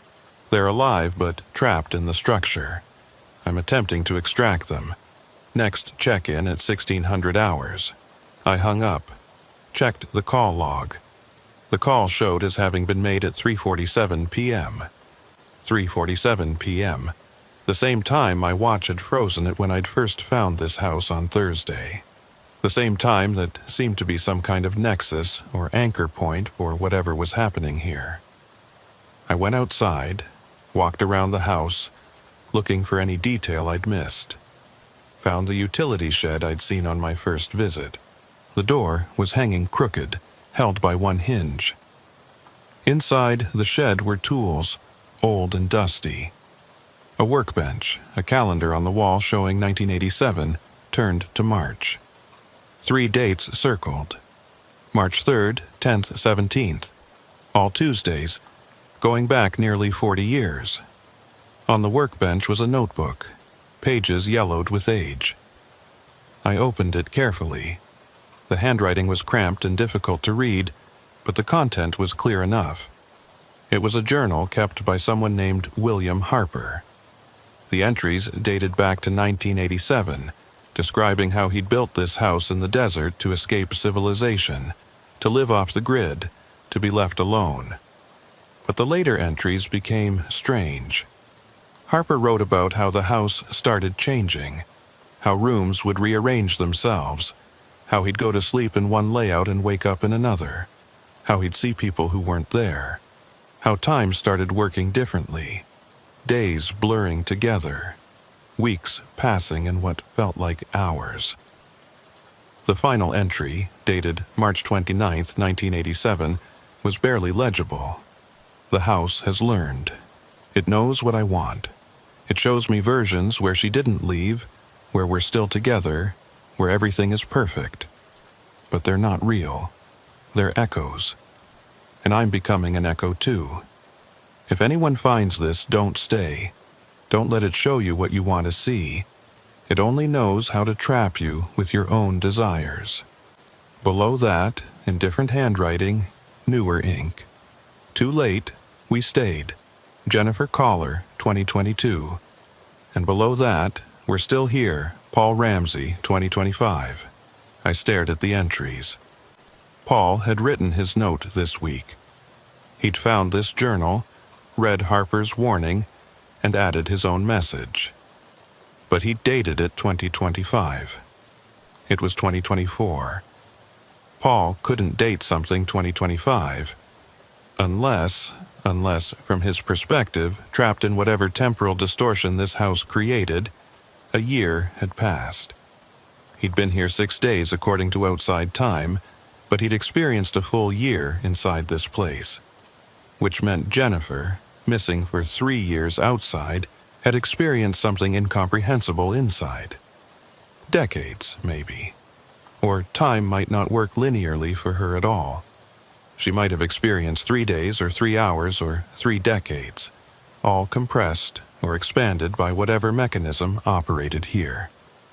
I took the journal, brought it back inside the house, set it on the kitchen table, opened to the final pages, used my phone's camera to look at the table. Through the camera, Paul and Jennifer sat at the table. They were reading the journal. Paul was pointing at Harper's final entry, saying something to Jennifer. She was shaking her head, looking devastated. I set my phone down so the camera pointed at them, started typing in a text message. "I can see you through the camera. I am FBI agent Rebecca Holt. I am going to get you out." Held the phone up, showing them the message on the screen. Paul looked directly at the camera. His mouth moved. I couldn't hear him, but I could read his lips. "How?" I typed, working on it. "Have you tried leaving on a Tuesday?" Paul typed something on the table with his finger, like he was writing a response. I pointed my camera at where he was writing. Dust on the table shifted, formed words. "We can't leave. Doors don't lead outside. They lead to other rooms. Windows don't open. We're stuck. I typed, "What about breaking through walls?" Paul wrote, "Tried. Walls are solid. No matter how much we break, they repair themselves." I typed, "What if I break through from my side?" Paul and Jennifer looked at each other. Conversation I couldn't hear. Then Paul wrote, "Maybe, but you might get stuck too." I typed, "Willing to risk it. Get ready." I went outside, grabbed a shovel from the utility shed. Came back to the kitchen, checked the camera view. Paul and Jennifer were standing near the far wall, away from where I was about to strike. I swung the shovel hard into the wall, aiming for the spot between two studs. The drywall cracked, gave way. I swung again, opening a larger hole. Again, pulling away chunks of drywall and insulation. Through the camera view, nothing changed. The wall remained intact from Paul and Jennifer's perspective. I kept swinging, made a hole large enough to step through, used the shovel to clear away debris. Camera view, wall still intact. But Paul was approaching it now, reaching out. His hand pressed against the wall from his side. And at the exact spot where his hand pressed, I could see something from my side. A slight shimmer, like heat waves, like the boundary between two states of matter. I reached out, touched the shimmer. It felt like touching the surface of water, that moment of resistance before your hand breaks through. I pushed harder. My hand went through. From the other side, Paul grabbed my hand. I could feel his grip, solid and real and desperate. I pulled, he resisted, then moved forward. His head and shoulders came through the shimmer, through the boundary between his version of the house and mine. For a moment, he existed in both simultaneously. I could see him with my naked eyes and through the camera. Two versions of the same person, overlapping but slightly out of phase. Then he tumbled through completely, falling into my version of reality, solid and real and gasping. "Jennifer!" he shouted. "Come on!" Through the hole, through the shimmer, I could see her. She was reaching toward us, hand extended. I reached back, grabbed her hand, pulled. She came through the same way Paul had, that moment of existing in two places at once, then collapsing into just one. Both of them lay on the floor, breathing hard, staring around like they couldn't believe what they were seeing. "Are we out?" Jennifer asked. "Are we really out?" "You're out," I said. "But we need to leave immediately. This place isn't stable." I helped them stand, guided them toward the front door. Behind us, I could hear something. A sound like tearing fabric amplified 1,000 times. The house was reacting to their escape, the structure itself protesting the loss of its captives. We reached the front porch. I practically pushed them down the steps, out into the yard, away from the house. "Your vehicles," I said. "Can they drive?" "I don't know," Paul said. "We haven't tried." "Try now." Paul ran to his truck, Jennifer to her sedan. Both vehicles started on the first try, engines running smooth and normal. I ran to Paul's truck. "Follow me. Don't stop. Don't look back. Don't deviate from my route. Understood?" He nodded, face pale but determined. Jennifer pulled her sedan up next to us. "Which way?" "North. Stay close." We drove. I led, Paul behind me, Jennifer behind Paul. Away from the house into the desert, following the GPS coordinates back toward my starting point. After 2 miles, I looked in my rearview mirror. The house was still visible, but it was flickering now. Appearing and disappearing, solid one moment and translucent the next. After 5 miles, I looked again. The house was gone, just empty desert where it had been. After 10 miles, I stopped, got out, waited for Paul and Jennifer to do the same. "We're safe," I said. Whatever that place is, we're far enough away that it can't pull us back." Jennifer collapsed to her knees, started crying. Paul sat on the ground, head in his hands. I gave them water, let them recover. Then I pulled out my phone, which now showed 1 bar and the correct time, and called my supervisor. "This is Holt. I've recovered Paul Ramsey and Jennifer Collar. Both alive, both ambulatory, both in need of medical attention. Requesting immediate assistance and transport." "Jesus Christ, Holt, you found Collar? She's been missing for 3 years. "Yes, sir. It's a long story and you're not going to believe most of it. But I have them both and we're safe." "What's your location?" I gave him the coordinates. He said search and rescue would be there in under an hour. We waited in the shade of my vehicle. Paul and Jennifer barely spoke, still processing what had happened to them. I documented everything with photographs and notes, knowing that most of it would sound insane when I tried to explain it. When the helicopters finally arrived, when Paul and Jennifer were loaded aboard and lifted away toward hospitals and debriefing, and the slow process of returning to normal life, I stood alone in the desert and looked south. Somewhere out there, at coordinates that only appeared on Tuesdays, a house waited. Empty now, but not for long, never for long. It would catch someone else eventually, on another Tuesday. Another person who saw what they wanted to see, who got trapped by their own desires, who couldn't distinguish between real and echo until it was too late. I would file my report, include everything, recommend that the area be marked as hazardous, that access be restricted, that anyone who disappeared on a Tuesday in that region be considered at risk of something worse than normal desert dangers. But I knew what would happen. The report would be filed, read, and quietly dismissed as the heat-induced delusions of an agent who'd spent too long in the sun. The house would remain there, waiting, and eventually, inevitably, someone else would find it. The debriefing took 3 days.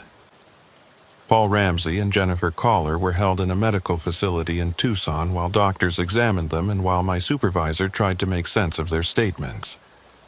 I was placed on administrative leave pending a psych evaluation, standard procedure when an agent reports experiences that seem outside the boundaries of normal reality.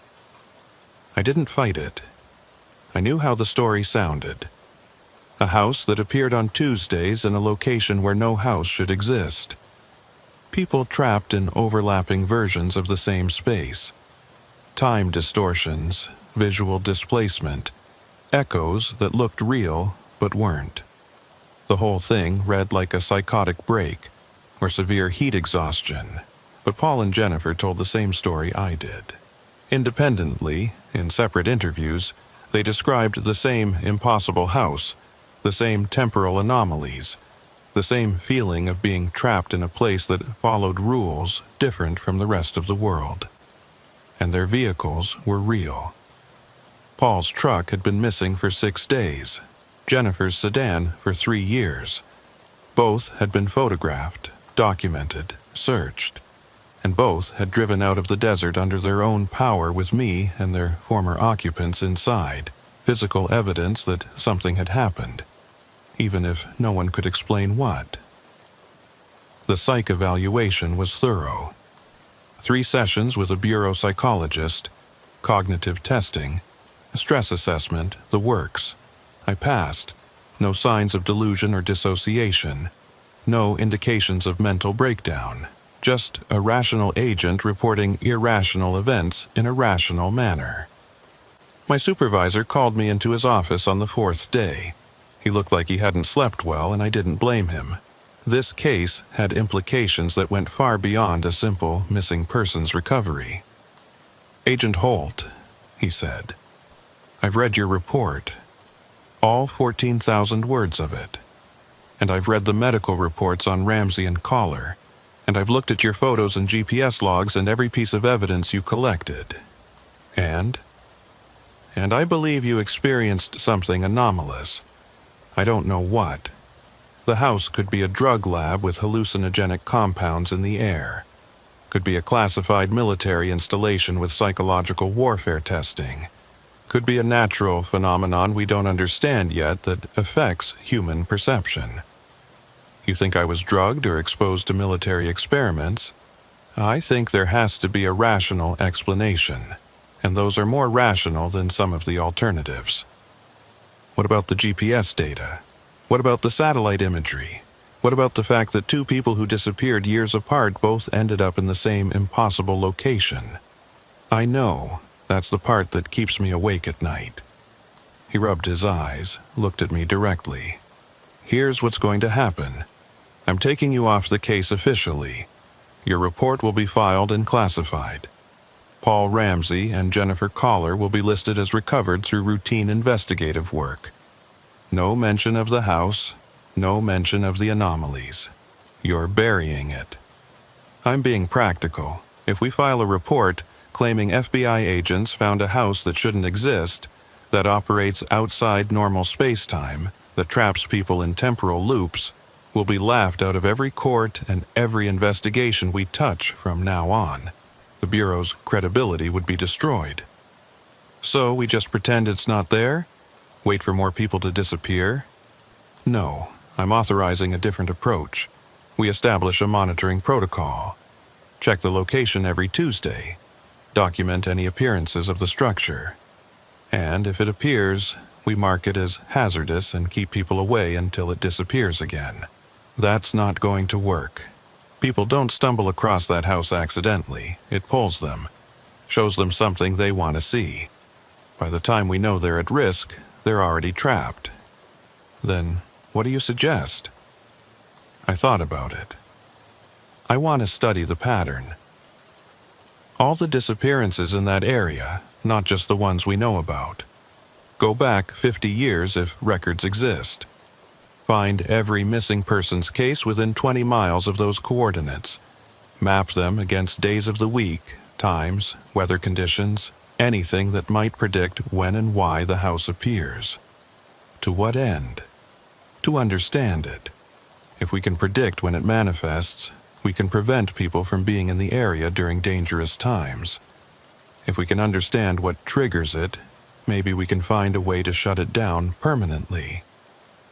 My supervisor was quiet for a long time, considering. That would require resources, time, authorization from people who don't want to believe this kind of thing exists. I know. And if you find evidence that this phenomenon has been happening for decades, if you prove this thing has been taking people for years, and we've done nothing about it, the political fallout would be substantial. I know that too. But you want to do it anyway? Yes, sir. He nodded slowly. All right. You're officially assigned to cold case review for the Tucson field office. You'll investigate historical missing persons, standard archival work. What you choose to focus on within that mandate is your discretion. Thank you. Don't thank me yet. If you find something we can't explain, if this becomes public, both our careers are over. But I agree with you. We can't just let this thing keep taking people. I spent the next 2 months in archives.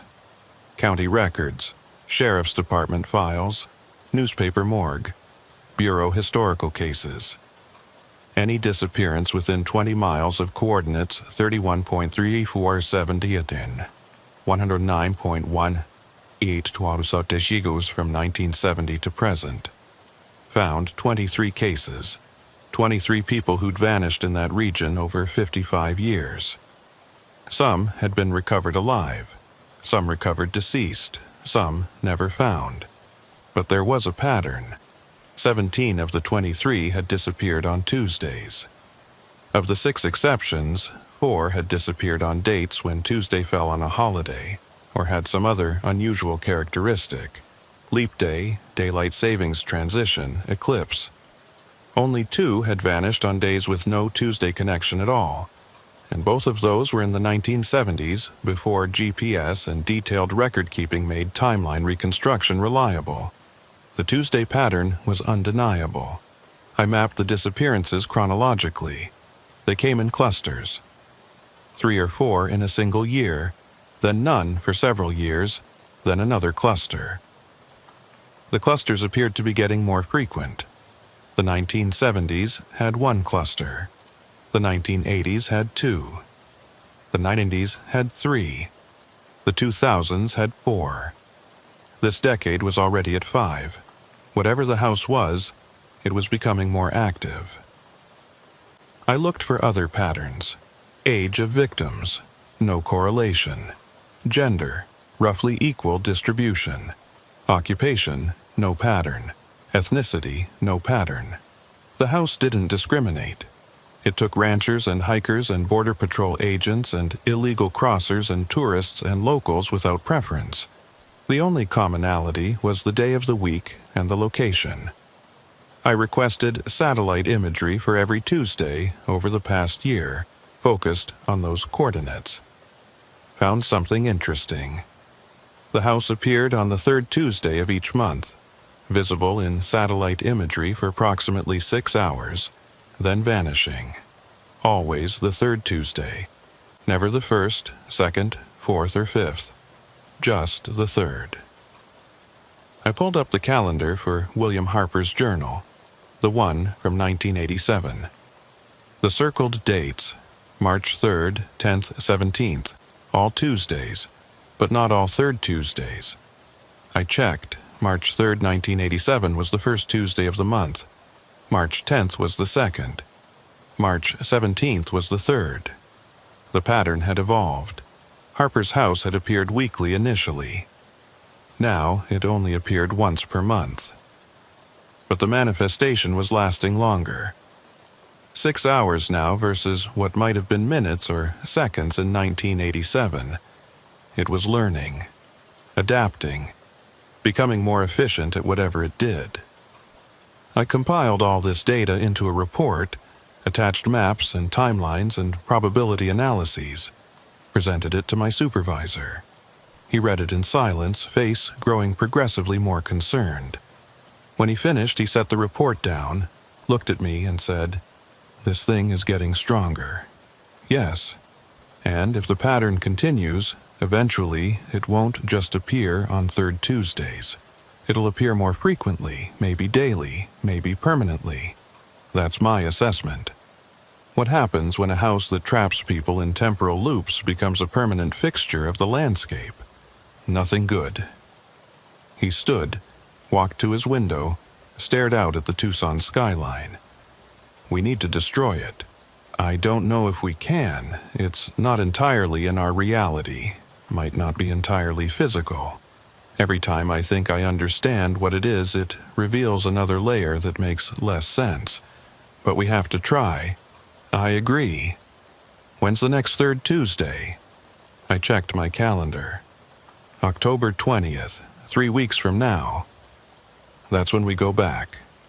Full team, proper equipment, authorization to use any means necessary to eliminate the structure. Sir, I don't think conventional approaches will work. Maybe not, but we have to try. I'm not waiting for this thing to take more people while we debate methodology. Over the next 3 weeks, we assembled a team. Structural engineers to analyze the building. Demolition experts to plan its destruction. Scientists from various disciplines to study the temporal anomalies. And a full tactical team for security and safety. Everyone was briefed on what to expect, though I could tell most of them didn't really believe it. How could they? I'd seen it myself, and I still had trouble believing it.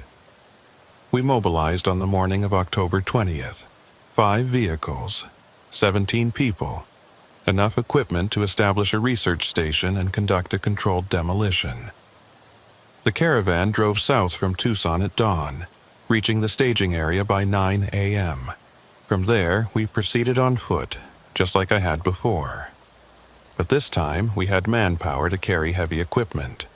Generators, demolition charges, measurement devices, containment barriers in case the house released anything hazardous when destroyed. At 11:34 a.m., right on schedule, the house appeared. One moment, the depression was empty desert.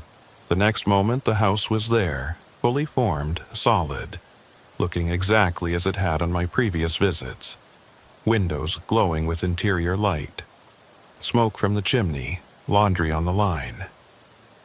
The tactical team immediately established a perimeter while the scientists began taking readings. Thermal imaging showed heat signatures inside the house consistent with human occupation. Electromagnetic sensors detected anomalous field fluctuations. Temporal measurement devices, experimental equipment I didn't fully understand, showed time dilation effects within a 100-meter radius of the structure. "Agent Holt," one of the engineers called. "Look at this." I joined him at his monitoring station. He was showing me ground-penetrating radar data. The house has no foundation. It's sitting on dirt, but the ground underneath shows no compression, no disturbance. It's like the house weighs nothing. Or like the house isn't entirely here, I said. That's impossible. And yet, here we are. The demolition team spent 2 hours setting charges. They placed explosives at key structural points, designed to bring the entire building down in a controlled collapse. Enough explosive power to level a normal structure 3 times this size. At 2:00 p.m., with everyone at safe distance, they triggered the detonation. The explosion was enormous. A concussive blast that knocked dust into the air and rattled equipment 100 yards away. When the smoke cleared, the house stood intact, completely undamaged. The explosives had detonated. The crater marks were visible in the surrounding dirt, but the structure itself showed no damage whatsoever. "That's not possible," the demolition chief said.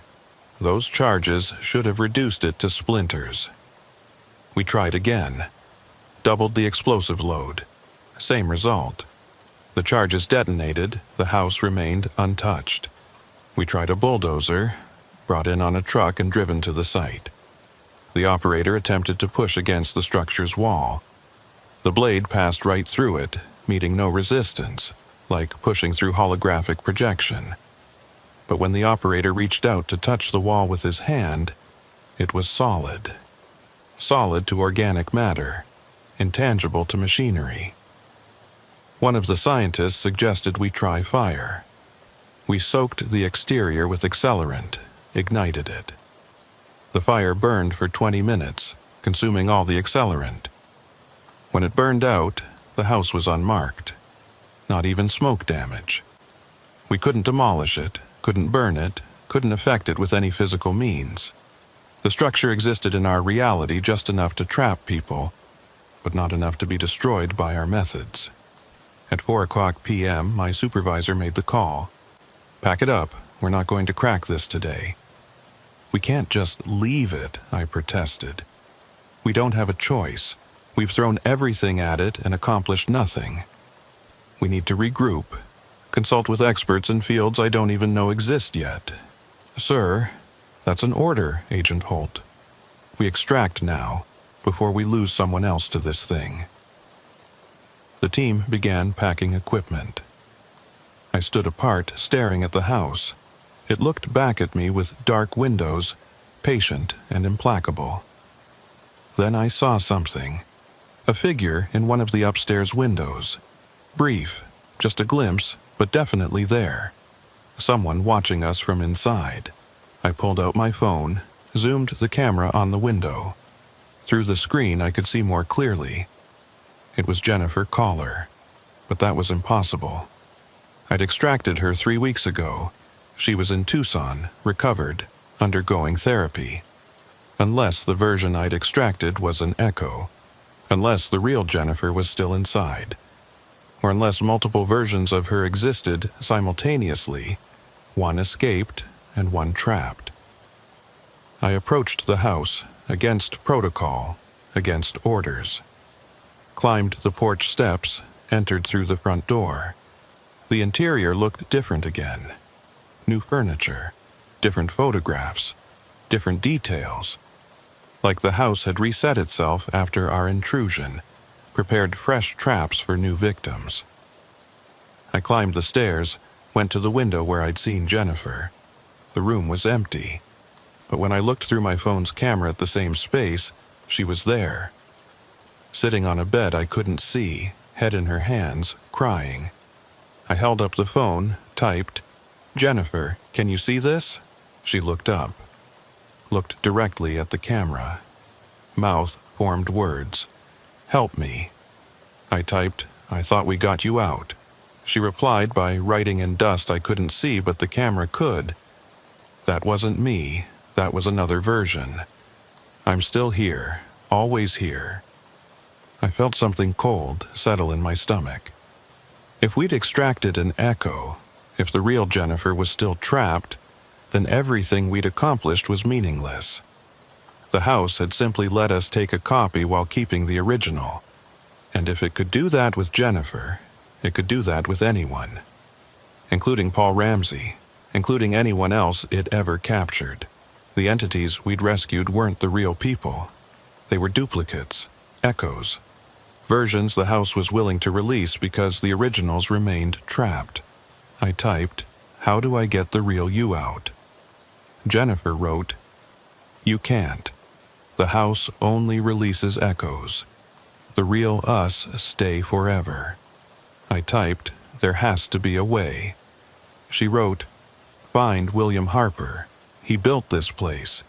He's still here somewhere. He knows how it works." I typed, "Where?" She wrote, "In the basement, where the house keeps its real prisoners." I lowered the phone. I'd searched the house twice and never seen a basement entrance. I went back downstairs, looked more carefully. In the kitchen, I found a door I'd assumed led to a pantry. Opened it, stairs leading down into darkness. I pulled out my flashlight, descended carefully. The stairs were old, wood creaking under my weight. At the bottom was a corridor lined with doors. 5 doors on each side, 10 total, all closed. I tried the first door. Locked. Tried the second. Also locked. The third door opened. Inside was a small room, maybe 10 by 10 feet, empty except for a chair in the center. On the chair sat a man who looked like he'd been there for decades. Gaunt, pale, wearing clothes that had rotted to rags. "William Harper?" I asked. He looked up. His eyes were distant, unfocused. "Are you real?" "Yes." So was everyone else. They all seemed real. Then they turned out to be echoes. He laughed, a sound like paper tearing. I learned to stop believing. Safer that way. "I'm FBI Special Agent Rebecca Holt. I'm investigating this structure. You won't understand it. I built it, and I don't understand it. Started as just a house, place to live. Then it changed, learned, adapted. Started showing me things I wanted to see. My wife who'd left me, version where she came back. But it wasn't her, just an echo. I tried to leave, but by then the house wouldn't let me. Been here ever since. 40 years, or 4 years, or 4 minutes. Time doesn't mean anything down here. How do I destroy the house? You don't. It's not entirely physical. It exists in multiple states simultaneously. The version you see is just an interface, a point of contact. The real house, the core of it, exists somewhere else. Somewhere that isn't a place. Then how do I stop it from taking people? He looked at me with eyes that had seen too much. You become part of it. You let it trap you completely. Then from inside you might be able to affect the structure. Might be able to shut it down. But you'd never get back out. Someone has to try.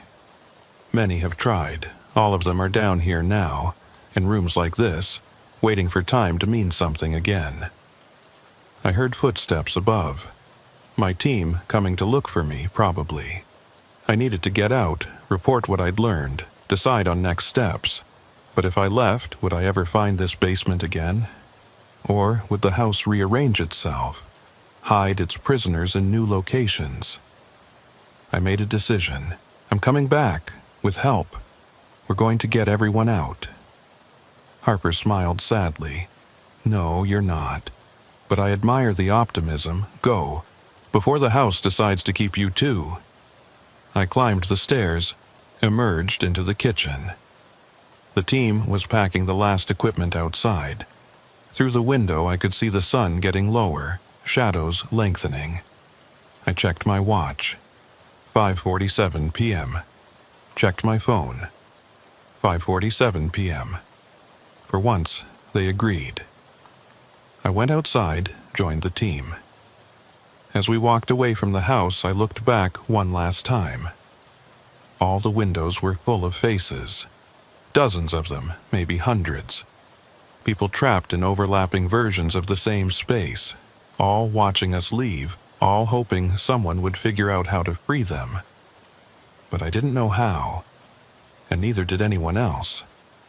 The house disappeared at exactly 6:00 p.m., vanishing between 1 second and the next. The depression was empty again, just desert, like nothing had ever been there. We drove back to Tucson in silence. 3 months have passed since that October day. 3 months of meetings and consultations and debates with people who have expertise in fields that barely exist. Quantum physicists, temporal mechanics researchers, theoretical mathematicians, paranormal investigators. Anyone who might have insight into how to handle a structure that exists partially outside normal space-time. No one has answers. Everyone has theories, but theories don't rescue people trapped in overlapping dimensional states. The house continues to appear every third Tuesday. We monitor it now, satellite observation and ground-based sensors. It manifests at 11:34 a.m., remains visible for 6 hours, vanishes at 5:34 p.m., like clockwork. But something is changing. The manifestation is lasting longer. In November, it lasted 6 hours and 7 minutes. In December, 6 hours and 19 minutes. In January, 6 hours and 34 minutes. The pattern is accelerating. At the current rate of increase, by next summer, the house will be appearing for 12 hours. By next fall, permanently, and we still don't know how to stop it. Paul Ramsey and Jennifer Collar, the versions we extracted, the echoes, are living apparently normal lives. Ramsey went back to working for Tom Avery. Collar moved to Phoenix, started a new job. Both underwent extensive psychological evaluation. Both show no signs of lasting trauma, but sometimes I see them looking south, toward the desert, with expressions I can't read. Like they know they left something behind. Like part of them is still trapped in that house, will always be trapped in that house, no matter how many copies escape. I visit the location every third Tuesday. Against protocol, against orders, I drive out to those coordinates and watch the house appear. Document it, photograph it, look for changes or patterns or any insight that might help. I never enter.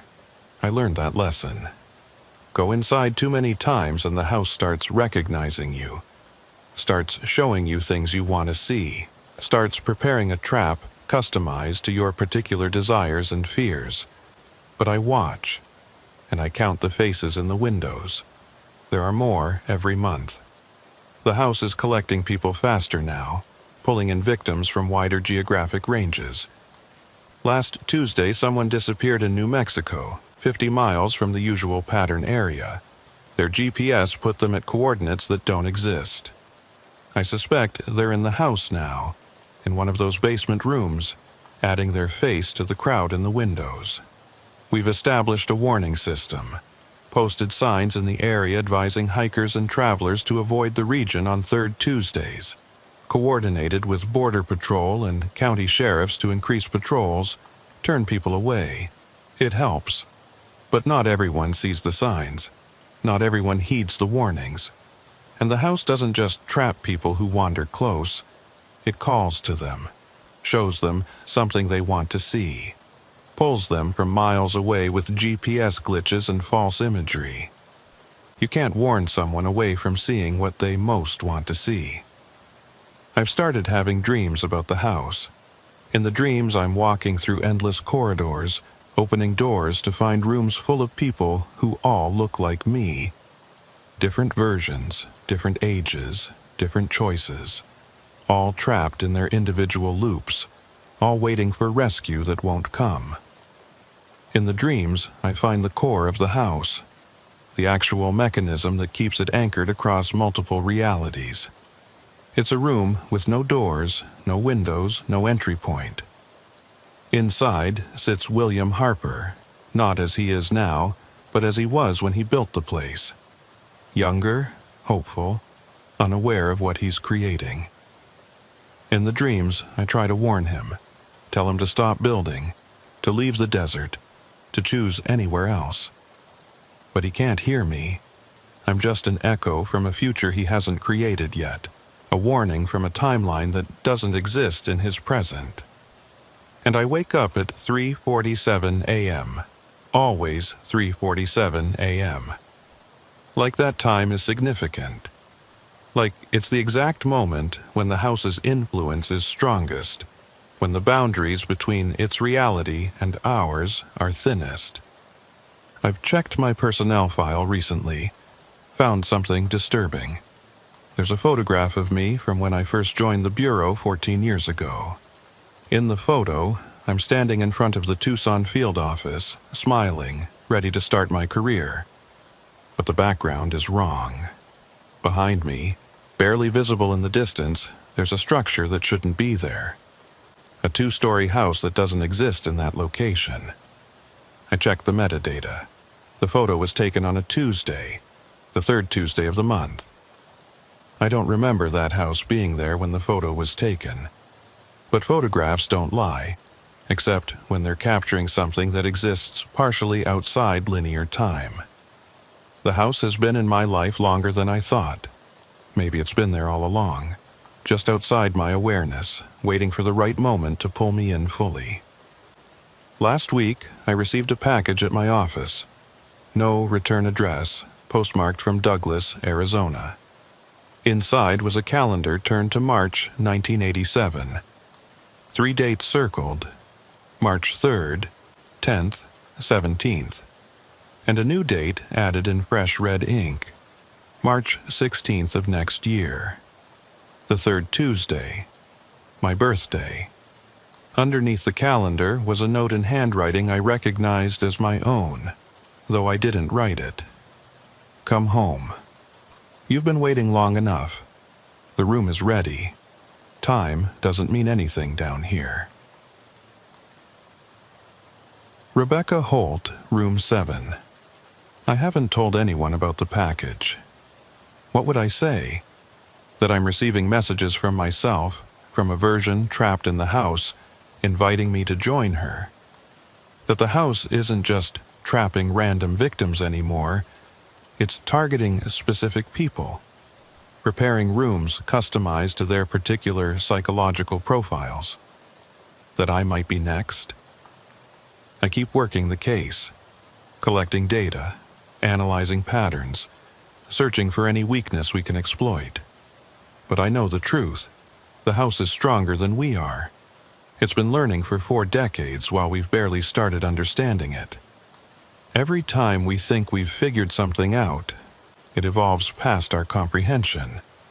It's not a structure, it's not a trap. It's something alive, or something that learned to pretend to be alive, and its purpose is to collect versions of people and keep them suspended in moments that never end. And it's winning. Next month is March. The 3rd Tuesday falls on the 16th. My birthday. The date circled on the calendar. I should request reassignment. Move to a different office, far from Arizona, far from the house's influence. Let someone else monitor it, someone less compromised. But I won't, because there are people trapped there who deserve rescue, even if rescue is impossible. Because William Harper has been waiting since 1907 for someone to figure out what he couldn't. Because every face in those windows is someone's family member. Someone's friend. Someone who deserves better than being forgotten in a case file marked unsolvable. And because part of me is already there, has always been there, will always be there.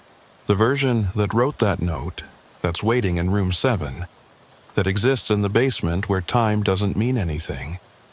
Maybe that's how the house wins. Not by forcing you inside, but by making you realize you were always inside. That the version walking around thinking it's free is just another echo, and the real you has been trapped since the beginning. I look at satellite imagery from last Tuesday. The house appeared right on schedule. 6 hours and 47 minutes this time, another 12 minutes longer than last month. At this rate, it'll be permanent by August. And when it's permanent, when it exists continuously rather than in 6-hour intervals, what happens then? Does it expand, claim more territory, trap more people? Does it stabilize, become fully anchored in our reality, vulnerable to conventional methods? Or does it finish whatever transformation it's undergoing and become something we can't even begin to understand? I've drafted a memo to my supervisor recommending we evacuate a 50-mile radius around the house's location before it becomes permanent. Recommend we establish it as a federal hazard zone, fence it off, make it illegal to approach. But I know what will happen. The memo will be reviewed, discussed, and ultimately ignored because you can't evacuate 50 square miles of Arizona based on a house that only appears on Tuesdays and traps people in temporal loops that quantum physicists can't explain. So people will keep disappearing. The house will keep collecting them, and eventually it'll be too big to ignore, too permanent to dismiss, too dangerous to approach. And by then it'll be too late to stop it. I've started keeping a journal, writing down everything I know about the house, every observation, every theory, every failed intervention. If I disappear on March 16th, if the version in room 7 is right and I've been waiting to come home, at least there will be a record.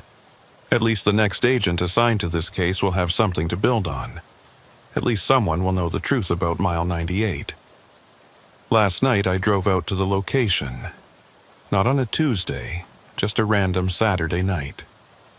Stood in the empty depression where the house appears, looked up at the stars, listened to the desert silence.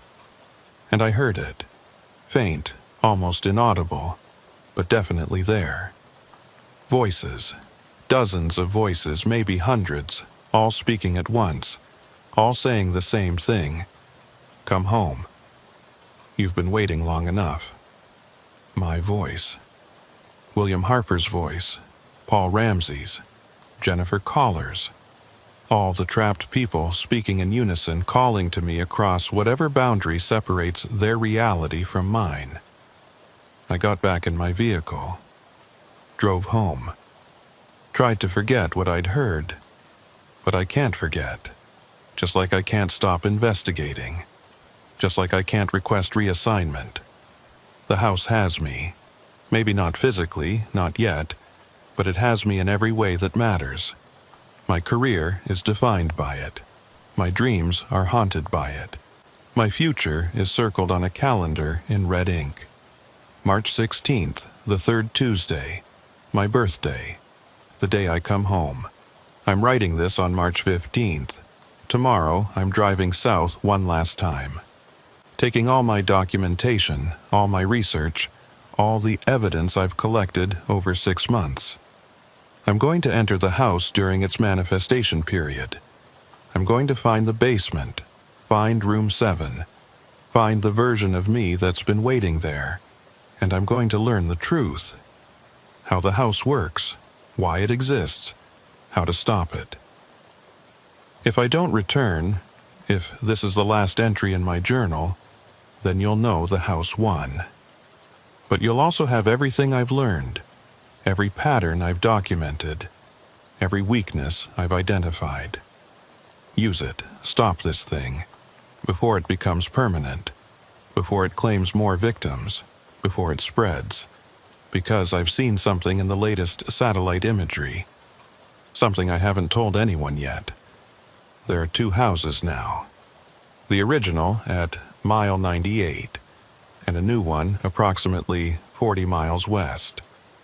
Different location, same structure, same manifestation pattern. The house is reproducing, and if it can make 2, it can make 10, or 100, or enough to cover the entire desert in overlapping dimensional traps. Stop it now. While there's still time, while there's still a world outside the houses, while there are still people who aren't echoes. Tomorrow, I'll know the truth. Tonight, I'm just Agent Rebecca Holt, writing a journal entry that might be my last, hoping someone will understand what I've learned and use it to save others from my fate. It's 3:47 a.m. It's always 3:47 a.m. Time doesn't mean anything down here.